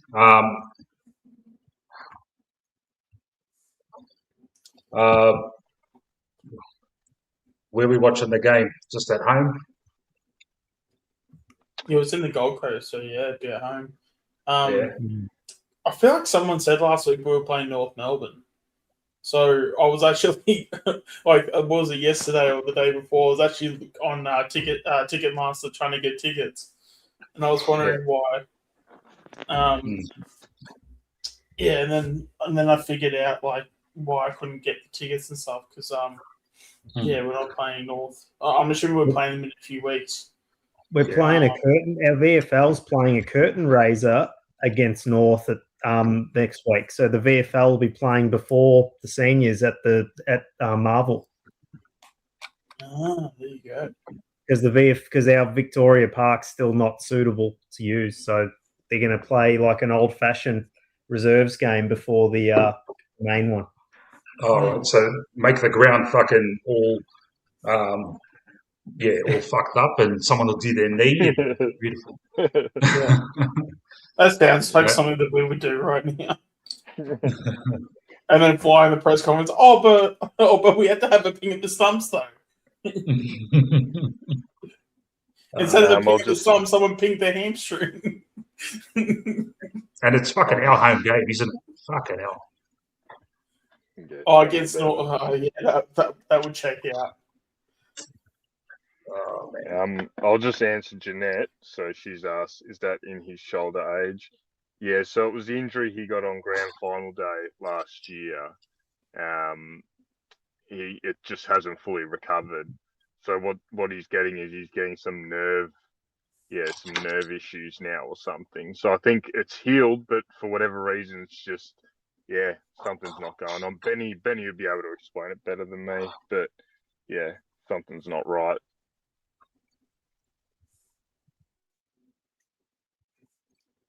Sorry, H, who are you talking about? Jeanette asked, is that in his shoulder, referencing Jeremy Cameron? Oh, okay. Yeah. Mate, see what Lucas has done to us, mate. No, it was like a broken arm. I thought it was his arm. Because on grand final day, he was like holding his wrist, sort of like, okay, maybe it was a shoulder. Yeah, you hold your wrist when your shoulder goes out for some weird reason. Benny will know all about this shit if he's around. He'll know. Dr. Benny. I thought he had a broken arm as well, Sean. Maybe I don't have a clue. Yeah, that's what I thought. Because I'm pretty sure grand final day he was like holding his arm and he's broken his arm, and now he's got this residual nerve issue. It's healed funny, and he's getting this really bad nerve pain in his arm. Yeah. See what Lucas has done to us, mate. Even we're talking about Geelong, even when he's not here now, mate. Our season has been so traumatic. We're talking about Geelong players now. Hey, Benny, I'm going to test. Let's test Benny out, all right? Benny, I'm going to give you just a random question about injuries, all right? Give me, in one sentence, describe, because I don't even know what the fuck it is, and forgive me if I pronounce it incorrectly. Plantar fascia. Yeah, so plantar fascia is on the bottom of your feet. It's sort of it's like a connective tissue. Yep. And it's common in like running sports or where there's impact frequently, that sort of thing. Yep. And there's a funny cure for it that a lot of players, one in particular made famous by Robert Harvey, quite often when you've got plantar fasciitis, you try to break the fascia. And one of the common ways that it was rumored that he did it was jumping off a table and just landing on it, and then it snaps, and then you get obviously you get swelling and stuff, and but the relief of pain is apparently so fantastic that that some players opt for it. Now, what happened to Bruzzy against North Melbourne, I think it was last year, is he had plantar fasciitis and it popped on him during the match. I think it was in the first quarter even. So obviously it's painful at the time, but it's actually a bit relieving, they say. Now, I've never suffered from anything like it or spoken to anyone one-on-one personally that has it, but that's kind of how that works. But also, I'm not a doctor. Most of the time, it's because I've had someone who I've trained, that I'm familiar with that's done it. That just happens to be a very popular story that went around. But it's an interesting one. Yeah. Yeah. Can I ask another question, Ben? All right. And this injury was fucking prevalent in the past, and you hardly hear about it now. Osteitis pubis. Can you open up on why you don't hear about it anymore? I can't tell you why they can't hear about it, other than they've renamed it to other stuff, saying like an adductor pain or something like that. So an adductor is the inner thigh, so the muscle that makes your leg, often called a groin, right? So they probably they bundle it up now. Now, I was a bit young back in the day when osteitis pubis was kind of an injury, but by the sounds of it, it's the pubic bone and where the hip joint and everything comes together. So it was some sort of inflammation there, I would guess. Again, never had to deal with it. I've had a not a torn adductor, but an adductor strain from not warming up one day. I was doing some round kicks on the pad, didn't warm up, and the whole inner leg went kind of black from the bruising. It was really scary to look at, but it actually wasn't as bad as it looked. But so I can't give you the straight answer, but nowadays they'd call it an adductor strain, something like that. I'm guessing it's more common in these like sort of changing directions, high sprint, bloody sports, especially in the AFL. Did the old fella go dark, Ben? Not quite, no, it was more down the leg, mate. Okay. It's amazing. And missed the old fella, and it was in that region. Fuck. Yeah. Luckily, it wasn't a kick in the area. It was me kicking a pad, and I just hadn't warmed up, and I just felt a bit of a strain and went, "Oh God, that hurts." And then when I cooled down, I really started to hurt. BBC, Ben? Sorry, Boyd. What was that? Just on what age said, was that your BBC that we're hearing about? Sorry, I missed that age. Yeah, that must be where it originated without me knowing. Oh goodness! If that thing turned that hard, I'd have been in the hospital. I'd have raced there, mate. I wouldn't have stopped for any traffic lights.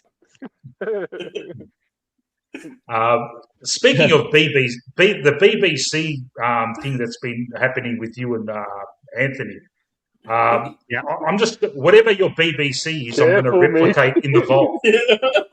I'm going to whatever you say, like on Pies Footy, whatever your BBC is, I'm just going to put that in the vault. Yeah. Nah, I actually clarified to Anthony this week that it's a separate call. So I said, no, because he tried to make me put a BBC in the vault, and I was like, I'm not jamming my thing in no vault. But it's such a flexible saying that I've decided it can be right. It can be Benny's big call, Benny's bold call, Benny's blundering call, Benny's blind call. It's just so flexible, but it's always to do with a player selection. That's how I've narrowed it down to that. And so he tried to make me chuck something in the vault, and I'm like, nah. The vault's the vault. That's a separate thing. That's like a sacred little pact. You don't put silly things like BBC in the vault. It's got to be taken a bit more seriously, you know? All right. We'll keep them separate. No worries. Like in terms of the BBC, though, wouldn't you not want it to be flexible, though? Wouldn't it defeat the purpose? Having a big yeah. You're right. I'm trying to think of. I haven't got my thesaurus on me, so I'm trying to think of something that's rigid that begins with B. But I don't know. Can somebody help me out? Blocky, bricky. Yeah, brick. Yeah. Oh man! All right. Anthony, I liked what Voidoid came up for. It was Anthony's next awesome generation or something. No, awesome legend. Anthony's next awesome legend. That was even better, mate. I laughed my ass off. There was one that I had. I think it was last week. We're still waiting for some anal from Anthony. Yeah, has to be someone new coming through, doesn't it? Yeah, in terms of because I had one last week, and it was total intercepts and total spoils, because obviously as defenders, we need to make sure we put that in, because the defenders don't get enough love. Nice. Not bad, Ben. Very good. Benny, can I ask you about Bruzzy Maynard's shoulder now? How does that? Can you just clarify exactly how that works? So what did he do to his shoulder? How hampered would he be playing before the surgery? And when he does get surgery, how much is he out for? Honestly, the shoulder is such a crazy complicated joint. It depends, right? They've opted for no surgery, and they've gone for what's called, they tighten and strengthen. So you've got rotator cuff. Your shoulder is like a basketball sitting on a saucepan, right? Yep. So it's very shallow, so that it has that full range. It flexes, extends, it rotates. It does circumduction, where it can just rotate in all the different angles, and that's only because it's a shallow joint, right? So you've got these things, they're called rotator cuffs, and they come in on the top, the back, the front, and they hold it in place. And then there's muscles around that, your deltoids, your lats, your chest, your pecs. Everything attaches to that, which makes it move with power. So your prime mover sort of muscles. So essentially, when you get the dislocation, it's those tight rotator cuffs so when it's I'm trying to get it on camera, when it sort of pops out, where the rotator cuff would stretch across and attach to your humerus, which is the arm bone, the upper arm bone, funny bone. They get a bit of a stretch depending on which way it popped. Now, Bruzzies look like it popped because it was forward. It sort of looked like it popped back and down. You could sort of see the top pointing out, right, rather than pointing back or whatever. So, I mean, without scans and stuff, I can't tell you exactly whether it's like supraspinatus or one of those ones, but that has sort of been stretched, hyperextended kind of thing.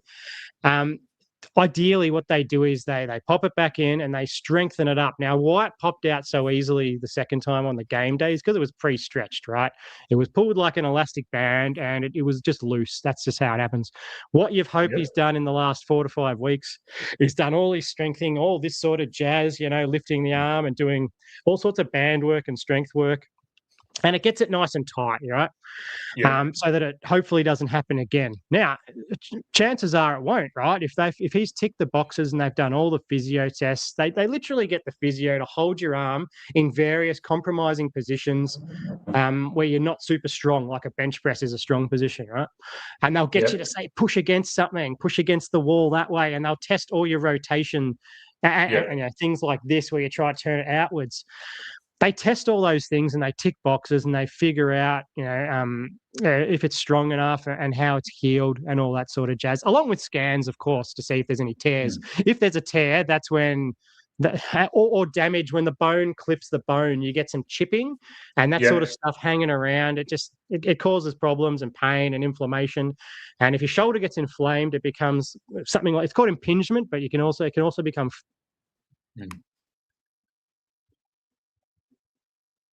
Oh, his audio's gone, or is that just me? Benny, your audio. Sorry, I hit the mute button by accident. Yeah, I was about to say.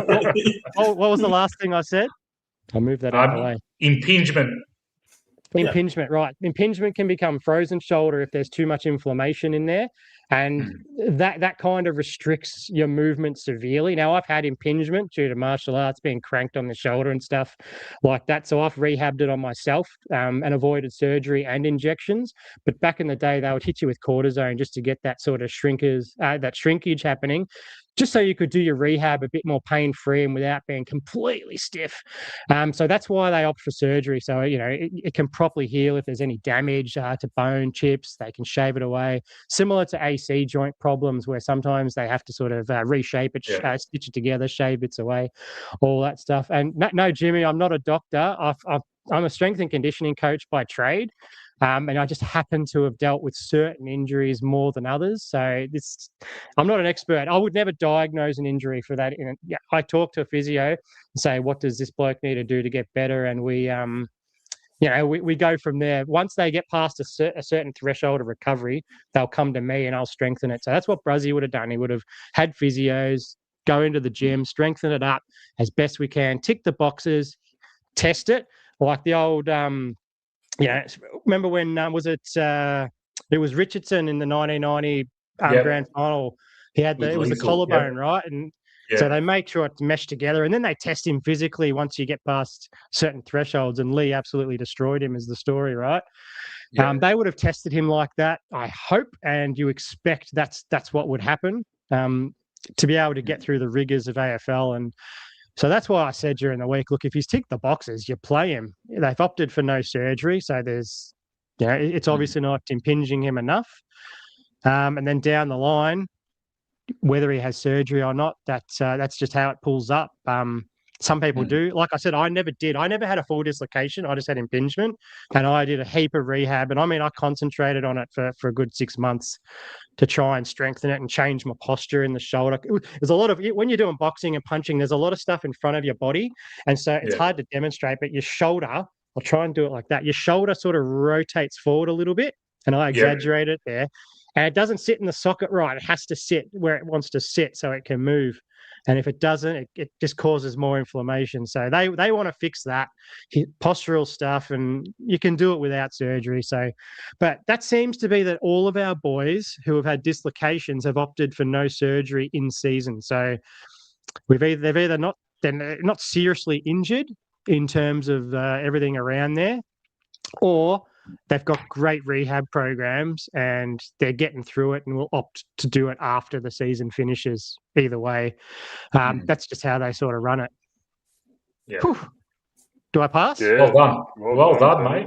Well done, mate. I just made the whole thing up. I don't even know what I'm talking about. I was about to say, I know fuck all about this, but it sounded all right. So it's like, that bone connects into the humosphere, and you get a pap smear, and it works like that, and it clicks and just makes shit up and sound impressive, doesn't it, mate? Like, if you asked me about hip impingement injuries, I wouldn't be able to tell you. I've never dealt with it. That's just a fact, Question from Stefanos. Oh, yeah. Some people do it for awareness, like kinetic tape, so when your shoulders are in a certain position, but more often than not, it's to make it stiff. Yeah. But ultimately, if it's going to go, mate, the tape won't save you. Yeah. Good evening to my cousin Theo. How are you, cuz? Now, I'm going to start a war with you, Theo. All right. Can you please reveal your favourite band in the chat? And we'll take it from there. No. That'll wake Void up. This is bait for Void, I can already tell. Theo, give us your favourite band. Don't worry about Charlie West. Give us your favourite band. Ollie McDonald, a new name in the chat. Sounds like a Brisbane fan. Is Brizzy a genuine rivalry team you love to beat? Fucking oath, we love to beat yous. We always take pride in that 2023 win, especially with the history going back to the 2000s where you beat us twice. So, yeah. Theo, Radiohead is not your favourite band, mate. That's probably like your second or third. What's the band you fucking busted my chops about for years and years? I want you to put it in the chat. Does he not want to cop to it? Whatever it is. There, Peter Buckley's answered it for you. Oh, mate. Well, you and Mrs. Void would have got along well 20 years ago. Yeah. Before I brainwashed her. Theo, U2 is Voidoid's most hated bands. Just to let you know, that's the reason. No, not most hated. Just apathy. Just indifference. Look, I kind of second that. Look, Theo, man, after Achtung Baby, what was that album after that? Pop, that was fucking shit, man. And since then, they've just been fucking crap. And I don't care. You can be the biggest apologist for them. But before that, look, not bad, yeah? Not bad. You know, I like Unforgettable Fire and all that. But, yeah, come on, man. Bono's insufferable. Man. Come on, Theo. Yeah, no, that Park skit that they did on him was a pretty good episode. Yeah. What was your Chili Peppers?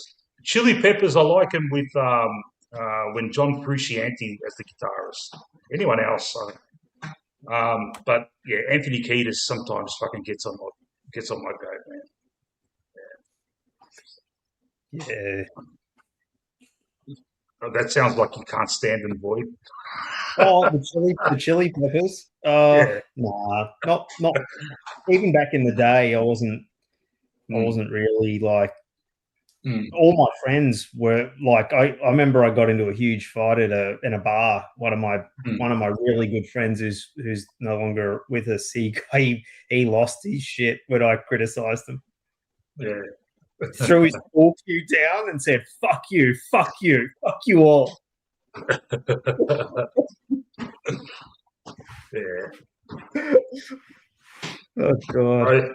Rose Tattoo. Now, I'm going to ask the younger members of the chat and the panel, how do you connect the lead singer of Rose Tattoo with a current Collingwood player?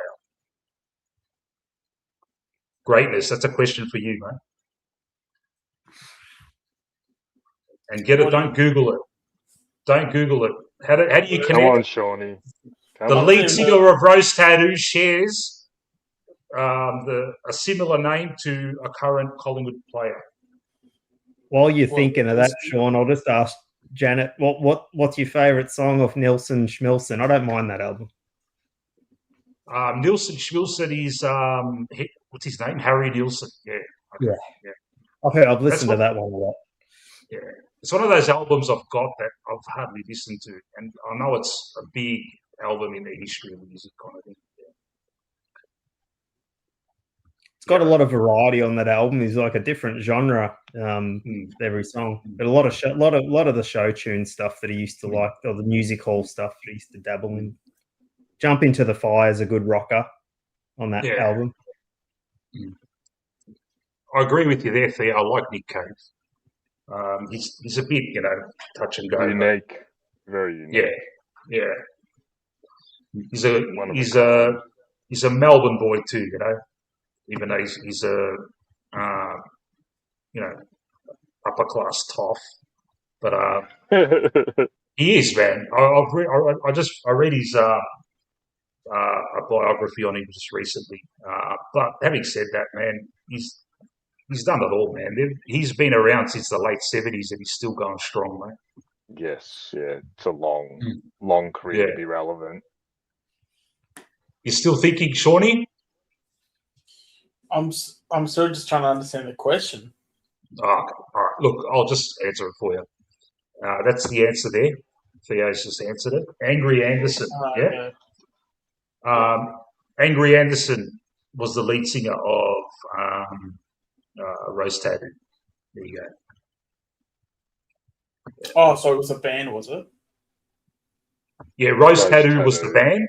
Angry Anderson was the lead singer of that band, and Collingwood has a player called Angry Anderson. Sorry, I didn't word that properly. You were probably thinking, what the fuck's he on about? Bit of trivia from Benny. Your uncle is Nick Cave's photographer. There you go.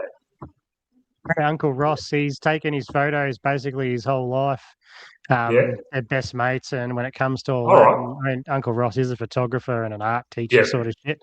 But yeah, music is not my category, mate. I listen to stuff, and I sometimes remember, oh, I like that song. But bloody hell, mate, if I was on Who Wants to Be a Millionaire, I'd need probably all three of my phone of friends to be music category. Yeah. Yeah. I've always had a weird brain. Like I've always a little bit on the spectrum, remembering dates and album track orders, like encyclopedic sort of stuff. With movies, music, football scores, like all that weird stuff where you just kind of think, how's that burned into my brain? Jump on, Lucas. We want to hear you go nuts. Link is in pinned at the top of the chat, mate.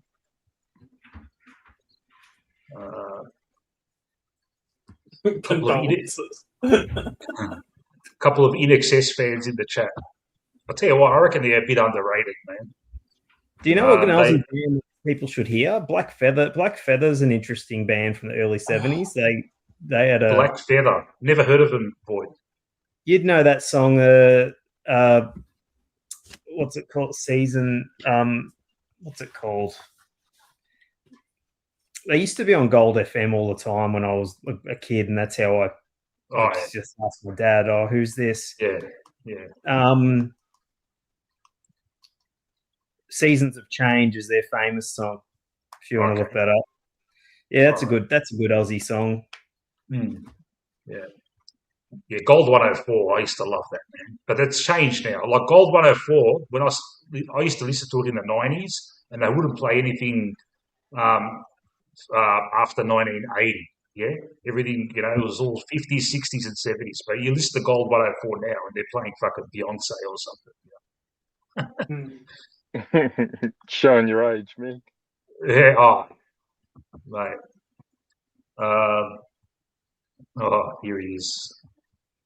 All right, here we go. Welcome to the Geelong Army Chronicles, and our next guest is Lucas. How are you, pal? Hey, he's almost got him, man. He's getting done in that first quarter. He's came back, mate. Relax. Unfortunately, all the Venoms. No, because this is your channel, so I'm going to be respectful. But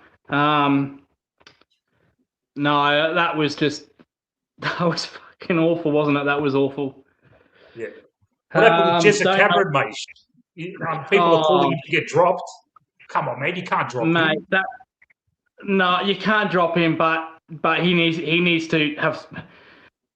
His arm is playing up. He can't take marks. He can't put his hand over his head. He's just awful now. And you not drop him, but he's got to have surgery.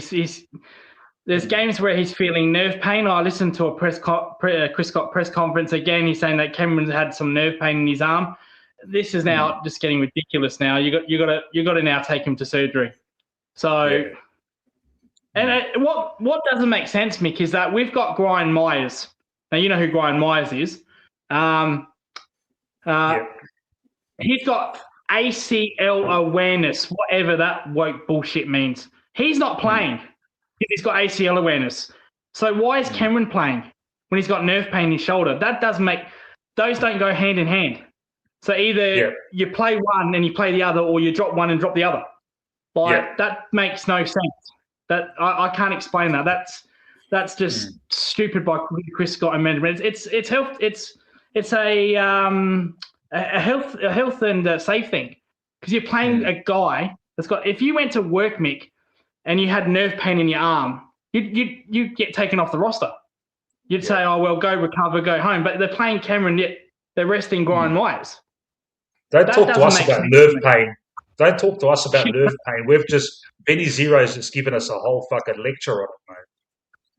Yeah, I've got brain pain watching that performance and losing my mind. So, but it's down to one thing, isn't it? You have a week off. You know this game was very important. because if you win this game, you're 4 points clear of Brisbane in top 4. Hawthorn's dream draw means they're going to finish third. They've only got 2 teams in the 8. One of them they play this week in Tassie. What are the odds of that? So they're going to finish third. So that last spot for 4th is so crucial. This was a big game, and they come out like that. That's only down to coaching. That's down to the coach who didn't get them up for this game. I don't know what the hell they're doing that week. It feels like they just came off the plane 2 hours ago from Bali. Never in it, just no heart, no care, laziness. It's only when Brisbane's pressure dropped in that second quarter, which it did. Geelong came back. Then Brisbane after halftime picked it up again, and that was it. So Brisbane really only played one good quarter, technically. And it was good enough for them. And that's not good enough for Geelong. You know, you're only playing one good quarter against Geelong and you're winning. That's not good enough. That's poor. And that was a really poor coaching game by Chris Scott. And credit to Brisbane, Mick. They deserved that win. They came here with a plan. They wanted to pressure us from ball, centre bounce 1, and they did that to a T. Is that how Carlton got you? Is that how Carlton got you? They fucking pressured the fuck out of you? Yeah, no, that's exactly. See, Geelong are a team. They like to be front runners, which is they like to be on top of you. If you challenge them, they don't like it. They capitulate. Carlton challenged them. Geelong didn't go with them. Port Adelaide challenged them. Didn't go with them. Crows challenged them. Gold Coast in opening round. Gold Coast blew them away in the second quarter. And Brisbane did the same thing, challenged them in the first quarter. Geelong just didn't. They just can't handle pressure. So if you want to beat Geelong, I keep saying this, there's only 2 things you've got to beat Geelong in. Inside mid and loose ball gets. You do that, you'll win the game, and you'll win very well. And Brisbane did that. Smashed us on the loose ball get, smashed us in the inside. They always do that to us, Brisbane. And credit to Brisbane and to Fagan because we pantsed them in Brisbane just 7 weeks ago, Mick. Just 7 weeks ago, we pantsed them. And he's came with a different plan, and it's worked. And this is now 4 out of 5 times Brisbane's bet us. So they've got the wood over us, and this coach does nothing. It's the most frustrating thing. Yeah. Well, there's plenty of room in the wild card with us. No, I said on my stream, thank you, by the way, for sending all the Magpie Chronicle fans to my stream. Thank you, Mick. Thank you. Oh, no, it was all love. No one was disrespectful. It was all love. That's good. I had some of the. We have a laugh. I had Rocco in my stream all game, giving it to me, Rocco, with love, of course. So they were giving it to me. Everyone was giving it to me, which is fair enough. They didn't care about the game. They just cared about my meltdowns. That's what they really want, my meltdown. That's all they care about. Now, I'm going to ask you, did you milk those meltdowns for effect because you knew you had all these people watching? Were you just playing was it theatre? Come on, man. No, was it serious? It was one of those things where luckily I wasn't at the game because a few players would have copped some things over the fence like Lockie Neal did. Just not hatred towards, but some effort comments. So no, that was real. I always have those, whether I have one watching or 50. Just go watch the Gold Coast game. Just go watch Carlton. I had an absolute meltdown because I knew what the repercussions was if we lost that game, because I knew I'd have to go on the TJP and absolutely sing the Carlton theme song. So that I was genuinely upset, but this one made me very upset. I didn't actually watch the first. Was that Bocek you had on your stream just before? I did, yeah. That was Bo, wasn't it? Yeah. I let everyone's welcome on my show. Everybody's welcome. So I let them in, and Bo gave it to me for a little bit with love, of course, but no, that's all right. So no, I was genuinely, this really made me angry because we came back, we kicked 6 goals in a row, and then after half time, I've already seen this in the grand final. I saw they did the same thing in the grand final. After half time, they blew us away. And that really gets on my nerve. That was genuine reaction because I've seen this, the coach has seen this, and yet he's done nothing about it. And we are miles away from winning a flag. We're miles away from Hawthorn. fucking Hawthorn. We're miles away from Freo, miles away from Brisbane, miles away from Sydney, even Adelaide. I think ahead of us. Well, they bet us 3 weeks ago there. Now you're making me think we've got a chance when we play us later on. Well, the way we played tonight, Mick, I wouldn't go past it. I really wouldn't go past. I said this on the stream. I said, I didn't say you guys. I said, wait till we play Carlton in the wildcard round. Then the party will begin. I'll get an absolute. I don't think I could ever go offline. I think the TJP will give it to me all week and all month. But that's what's going to happen. We'll play Carlton in the wildcard round and we'll lose. The way we played tonight, but genuinely. You know what they say, Lucas? No Warple, no Geelong. Hey, Lucas, I got a question for you, mate. Condolences. It's a serious one, and just observing Chris Scott tonight. More or less, how many phones did you break compared to Chris Scott? I've got no, because I got my phone set on it, so I was banging the hell out of my on my table here. But no, I've got two protectors on my phone, back and front. So just in case I do pick up, and so I don't usually do that. I did that during the grand final, and no, I actually did that in the casino. Sky City. I actually went to Sky City to watch that, and I actually did it in the casino. I threw the phone across, and I didn't get kicked out, but got a hold, put your head in line thing. So don't usually do that, but just in case, I do have protectors on my phone. That's the first time I've seen Chris Scott even do that. I've never seen Chris Scott can do that, but he did that 6-7 times that game. I've never seen that. So that's a guy that's starting to lose it in the box as well. So the pressure's getting to him. So they had a replacement quick, didn't they? Well, we've got a replacement. We got your former legend Buckley next to him. That I'm not keen on either, because Max Holmes playing halfback turned into turnover city. Went in the midfield, had about 10 disposals in the second quarter. And then that made me even more angry. Why would you put a top 10 midfielder in a halfback when he can't kick properly? So that made me even more angry. But I've calmed down a little bit. But they've calmed me down. So, but it's awful night, awful, and it's worse when it's a Thursday or Friday, because you can't enjoy footy.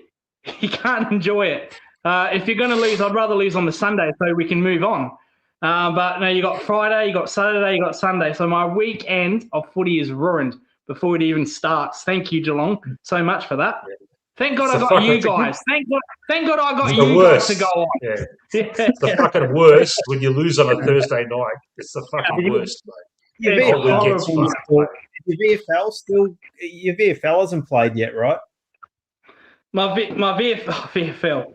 No, VFL hasn't played yet, but I'm sporadic with that. So, yeah. But always for you, Lucas. You're on top, right? Yeah, correct. Yeah. So there's not much we can do. If we lose, we're still on top. So, but no, terrible night. Brisbane again. It's always Brisbane. Which gets me angry when we lose. So I can accept losing, but Mick, when you lose the same way over and over, that just annoys the hell out of you. All right, had enough. Let's talk about Collingwood now, man. Fucking hell. Your timer's run out, Lucas. Fucking hell, man. You're supposed to come on as the Gold Coast supporter, representing Gold Coast, mate. Lucas, well, I'd be the only one if I did. Lucas, we were discussing when you weren't here. From now on, whenever you're on these streams, there's going to be a little countdown timer up in the corner. All right? You can say your Geelong bullshit, and once it's finished, that's it. Collingwood only. Well, I'm glad you gave me that time anyway. Oh, man. So well, maybe it brings you great pleasure seeing me lose my mind and Geelong lose. At least it gives you great pleasure seeing that. So you're welcome for that. Yeah. So how's Gold Coast going to beat us on Saturday, mate? Well, I did my tipping. I did my tipping show. I said Geelong by 14, so that's already fucked. I said Gold. What did I say? Gold Coast by 8. They've lost 6 in a row, mate. Are we that shit? Yeah, Yeah, I get that. You're saying we're shit. I'm sat. Well, no, I'm not going to say that because if I did that to Carlton on the TJP and I had to pay the price, so I'm not going to say that. No way. I've learned my lesson from that. You're a very good side, Mick. A very, very good side. No, I think Gold Coast. This is it for Gold Coast. Like if they lose this, they're gone. That's it. This is do or die. And if they lose, I think the coaches in Hardwick's and all sorts. I think he's gone. If they lose this game and they don't make finals, I think he's gone. Personally, I reckon. Yeah. The AFL have to back him in for the next couple of years, won't they? Yeah, the AFL will do their best because so the Gold Coast. So they've tried so many coaches. Rocket Eve, they've tried Stuart Drew. I'm not going to mention Guy McKenna because he was there when they took over. It's not fair on him, but they've brought in this premiership coach, and now that's not working. So if you're the AFL, I said this on my stream. I said I'd relocate them. I'd relocate the Suns. I'd probably relocate them to Darwin, and you can call them the Darwin Suns or whatnot. But if this coach can't get them over the line, what do you do with this team? Do you just count your losses, say, you know what, we tried our best down here, we tried our best to grow it, and it didn't work. So I don't know. I think you just relocate them. But they've got no history too. If they do fold, there's no history there. They haven't won a final. They haven't been in grand finals. There's no history, so maybe you fold them. But anyway, back to how they're going to beat you, Mick. I just think they've got too much. This is it for them. I think they've got too much to play for. And their midfield is pretty elite. They do. I said this on the Warball. They do get a lot of inside 50s, Mick. They average about 60, 70 inside 50s a game. The problem is their forward line connection. Their forward line connection is terrible. If they can get that right, they should be winning games easily. They did that against us in opening round, but they're a team that gets the ball inside 50. They've got attacking halfbackers, and this Noble and Jeffrey. So they carved us up 3 weeks ago when they played us. Noble and Jeffries had about 30 touches each. But their forward line was the problem, huge problem. If they can get that going in a do or die game, I think that'd be probably too much for Collingwood. But I did pick Gold Coast, but I said I don't have any certainty with this. So I'm not. If Collingwood won, it wouldn't surprise me. But I just think being at Gold Coast, I think they've got too much to play for. If it was at Melbourne, I'd pick Collingwood, only because it's at Gold Coast. I've really picked Gold Coast, to be honest. Yeah. Thank you, Peter Buckley. I really appreciate that. I'm glad I can. You guys can be my therapists. So I'm looking at Gold Coast scores like for the season. Yeah.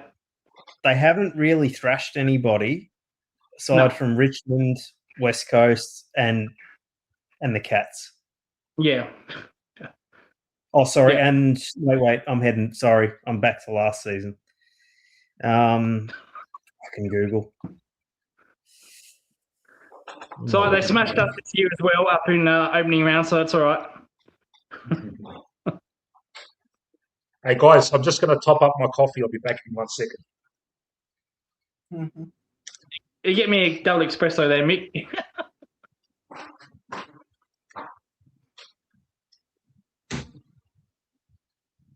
Yeah. It's funny. They're struggling to crack 100 points most weeks. But if you look at their inside 50s, they're averaging high inside 50s. So I find that weird. The connection between the midfield and the forward line isn't there. despite them getting higher number of inside 50s. See, even Freo last week, Freo are playing well, but nobody kicks 3 goals a game, no matter who they're playing. They could be playing, prime any team. They're not kicking only 3 goals. So I don't think that's so much how well Freo played. Although they did play good, but that was just ridiculous. Holding a team to 3 goals doesn't. I mean, wasn't that Gold Coast lowest score ever? Not ever. I think third lowest. Third lowest incredible. ever. Yeah. That's incredible. Because considering you're competing with like the 2011 season where they're getting belted every week. Well, in that game, I think they also had 50-plus inside 50s as well. So they got the ball in there about 50 times, but only 3 goals, Something's not clicking in that department. Yeah, they're Petrarca-ing it forward. Yeah. Like they used to do at Melbourne, like Oliver and Petrarca, they used to just get a billion shallow entries. And then at the end of the game, the commentators would be like, oh, Melbourne should have flogged them. It's like, no, they're not real inside 50s. Yeah. No, that's it, And so they get it in there, but they don't do anything with it. They don't. And they don't, when they do get it in there, I don't think they have the forwards that suit that style. They don't have the crash and bash forwards. Like King's not a crash and bash forward. He's more of a Gunston type, lead out to space. So Ben Long's the same thing. He's a lead out to space forward as well. So they don't have, I don't think they have any contested crash and bash markers. Jed Ralter is also a lead out to space as well. So that their style doesn't suit their forwards, and if it doesn't suit their forwards, the coach either needs to change the forwards department or his own philosophy. So, and I don't see that with Dimmer. Who are you putting on Nick Dacos? For Gold Coast, I am putting on. They don't have taggers because they're mid. If you put, let's say you put Anderson on Dacos is going to have 30 plus. Yeah. So I think it'll be one of those where there's someone on him, but it's more of a free roam. So I don't think there'll be a tag because I don't think they have a tagging player. There's no Rorau in there. Rorau's not playing this week, is he? No, Rao's playing. Rao, he's playing. And he doesn't really do tagging anyway. He wants his own ball. So the midfielders that they like, Turk Miller, he wants his own ball. Anderson wants his own ball. Petrarca wants his. I don't think there's a tagging job for Dacos, which is probably good news for you guys because that means he'll go off the leash, and he'll have about 35 plus. So yeah, they don't do that at the Gold Coast because their players like to win their own ball. I think whoever can win the ball more in that midfield will probably win the game. And the problem for you guys is that you've only got 2 players. That's Geordie and Dacos. Gold Coast got Petrarca, Rorau, Anderson, Turk Miller. Turk Miller's very underrated. So they've got a lot of ball getters that can win that ball. That's probably my only worry with Collingwood is that you need someone other than Dacos and De Goey to get the ball. Hence why you into Lockie Neal because he can do that, can't he? So, well, he did that fucking tonight against us. That's for damn sure. Yeah. Hey, Lucas, are you doing anything pre the Socceroos game? When's the Socceroos game? I think it's Saturday morning. Yes, Saturday morning. No, so Saturday I've got. So Saturday and Sunday I'm actually booked out. I've got to go to Adelaide Oval. I've got a coaching event down there for my cricket. Oh, okay. So I got to get up at because I live fucking 2 hours away from the city now in the Barossa. I got to get up at fucking 6 a.m. because the course, my coaching course starts at 9 and doesn't finish until 4. And then I've got to head down to Adelaide on the Sunday to do the same thing. So I'll get up around 4 a.m. But yeah, I'll be leaving here at 6. So what time's the Socceroos game? Fuck, I forgot. Someone said. I think it starts about 4. I think it's 4. 4 in the morning. That'll be what bloody 3:30 Lucas time, won't it? Yeah, 4 a.m. it starts. Yeah. Fucking hell. That's yeah, all right. No. One day, sorry, mate. No, I do. Yeah, I do really want to do a watch along. I'll do a watch along. If we make it, if we beat Egypt, which we're a good chance, Mitch. It's a winnable game.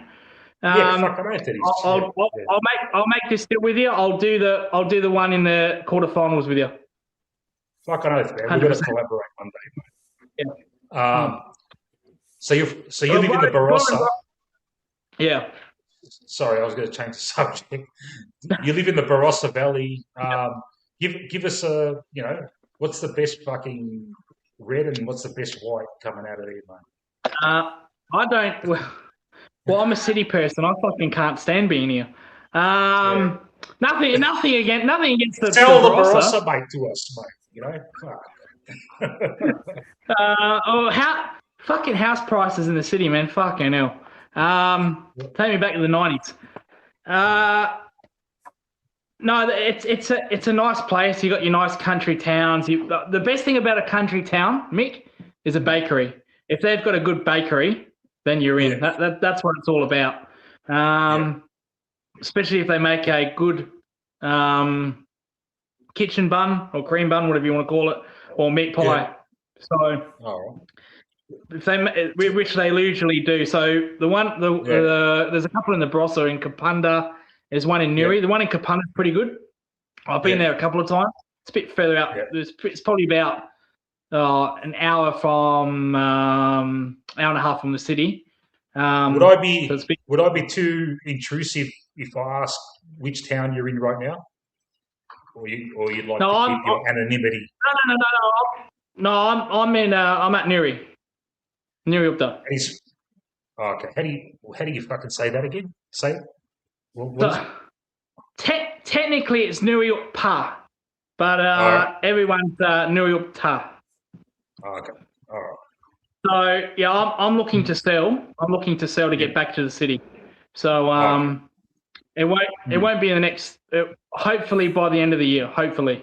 Yeah. I won't be here this time next year. That's for sure. Okay. Look, next gather round. Some of us Melbourne boys. I would like to put it out there. Anyone want to join in? We'll make a pilgrimage to the city of churches and catch up. We can catch up with Lucas. We can catch up with Manny if he's there, and we'll have a fucking nice laugh. If that's, I'll just say it. I'll say it from now, and we'll see what happens when it comes around. I'll tell you what, Mick, I can do you one better. The TJP boys, they're going to do it. They said to me the same thing on my stream just about an hour ago. Oh, did they? Okay, there you go. Yeah, and I said to them, we can get Mick involved. And I said to him, well, if you want to come, if I'm still at the Barossa, which is highly unlikely, come down to my house. We can hang out for a little bit there. So, I don't know if I can hang out with Rocco on a plane trip, man.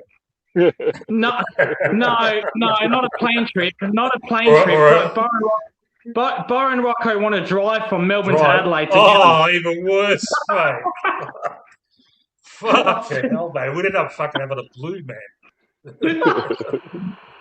I said to Bo, mate, because I watched their vlog video. I don't know if you saw that. And I said, gee, I don't know if you can put up with Rocco's messiness while eating. Bo, you got to be mad to drive 8 hours to that. Goodness me.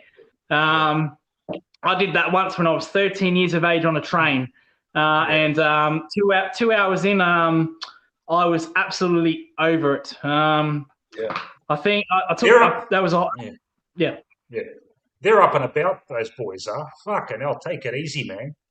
They were on my stream. Yeah, they're up and about on my stream. Mate, who have they beaten, to me? What a dream draw. I don't know who they bet, but they bet us. And it's turned out that you're a fucking dog shit now. So no. Bo mentioned that. He said that we've cursed you. We because we haven't won since Carlton. We've only won one game since Carlton. And Bo said we've won 7 in a row. You've only won one since Carlton. I thought, you fucking fuckers. It's your team that's done this to us. Your fucking team. Carlton, the Carlton curse. It's like they timed the Voss sacking. They probably looked at the draw and they probably thought this is the best time to fucking give him the ass now because we've got this fucking easy draw from fucking heaven coming up. Yeah. Sorry, Boyd, go. No, I'm just clapping for your cousin. Oh, yeah.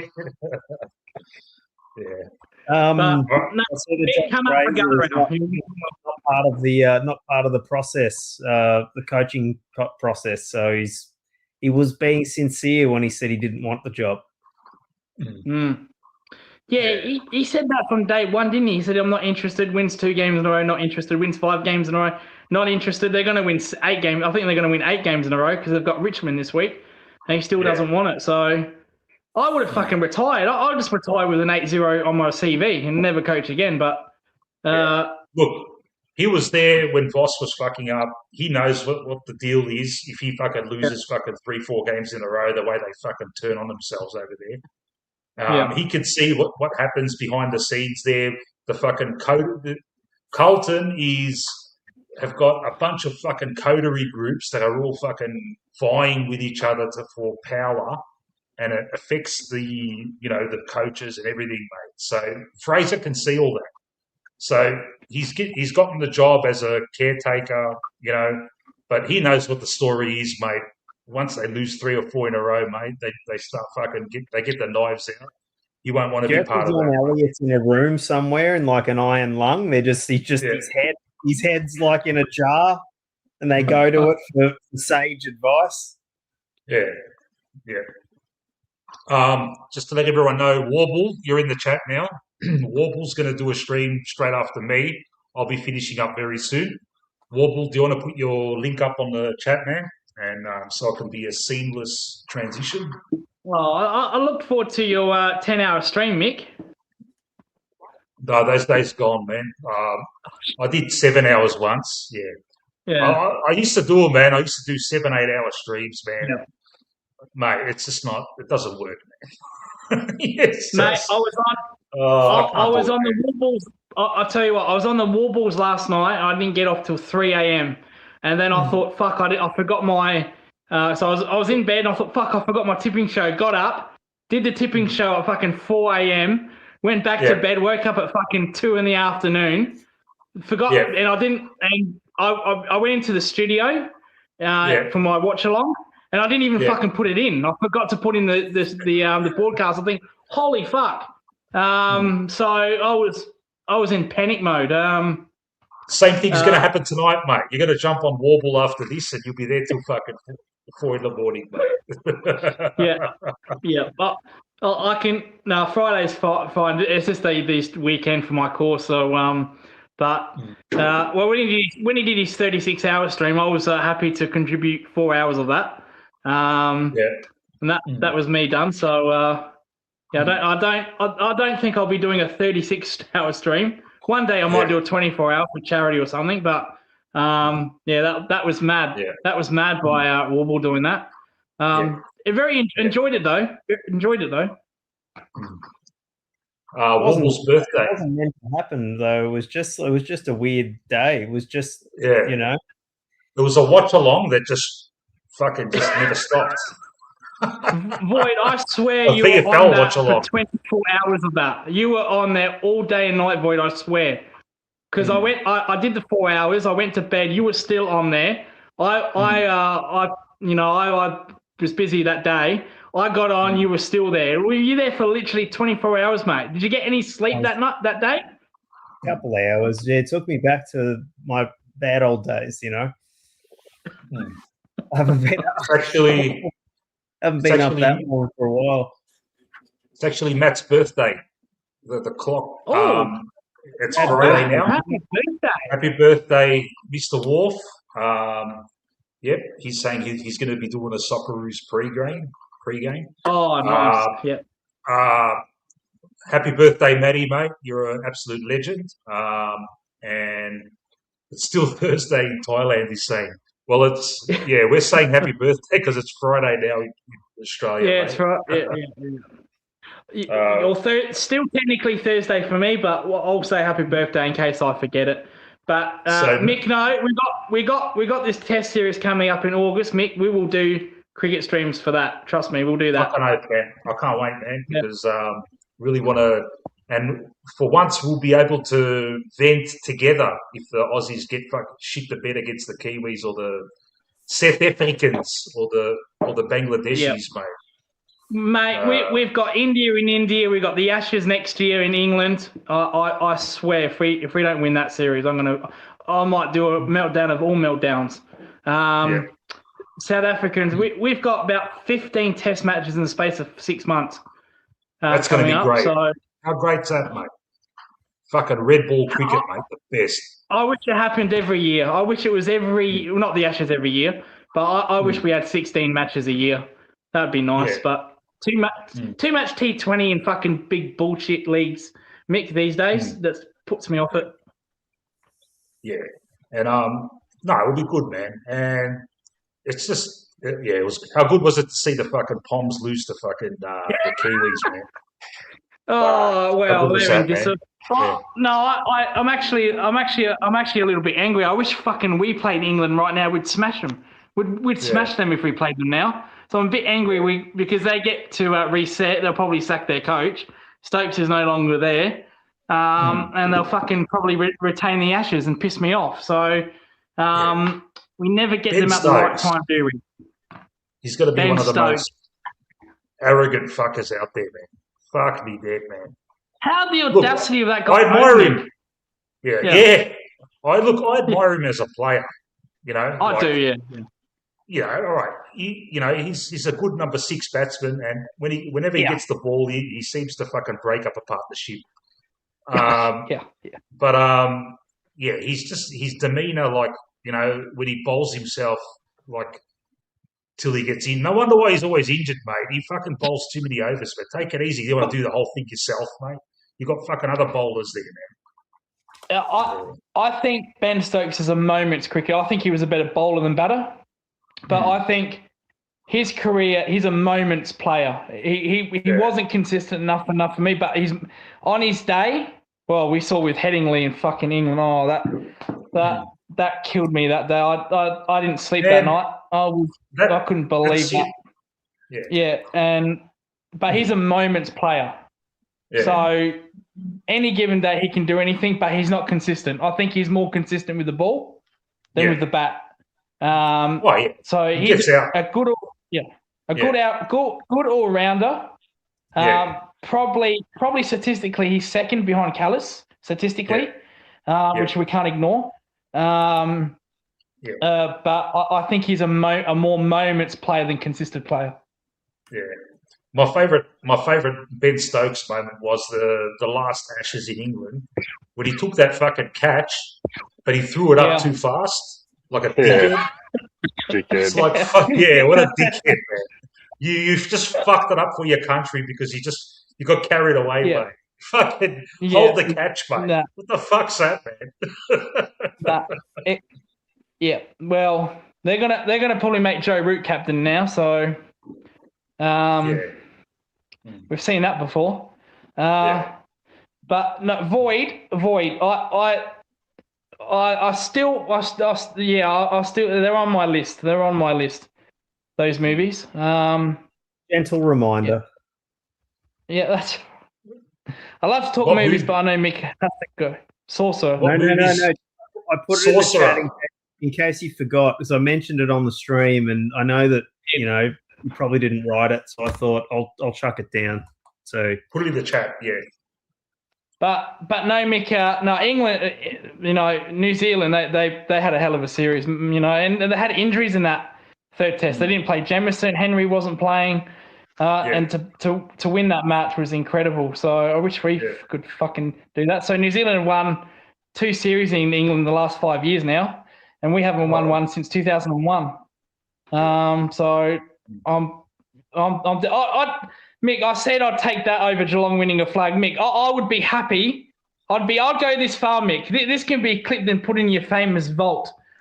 If you said to me, right, we win the Ashes in England or Geelong lose every game that year, I'm picking the Ashes. I can accept Geelong losing every single game if we get England in the Ashes. I can accept that just for that year. I can accept it.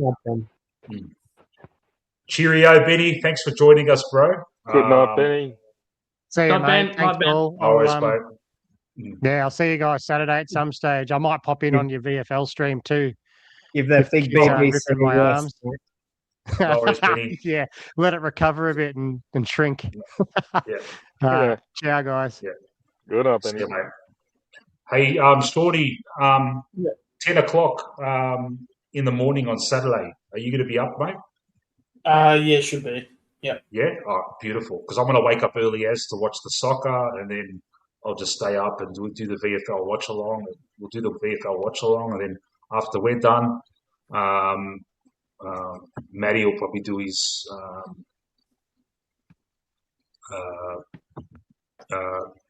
first to the ruck. Okay, everyone, I'm gonna finish up for the night. Mick, that before is, you go, Mick. That is the I'm before you go, go, mate. Go. Yeah, I'll just say this. Me and Kiri will do our Monday night show as always. You're welcome to come on that to come on that all stream. You can do a quiz if you want. You're welcome to come on next if you're not busy. Oh fuck! I'm working, man. That's all right. No, that's all good. I'll be listening in, man, because I can listen. That's all right. I can listen to podcasts and shit at work, but I won't be able to join in. Maybe I can come in for. If you go for a long time, I can come on for half an hour or something on my smoker or something. But yeah, I'm fucking working. All right. No, that's all good, Mick. No, see how we go. No, that's all right. All good. Yeah. So yeah, that's Matty's link there, guys. Jump on. He'll be going through the early hours. Wish him a happy birthday and ask him, it's your fucking birthday and you're streaming. You should be going out into the Bangkok night and getting absolutely fucking shit faced. Yeah.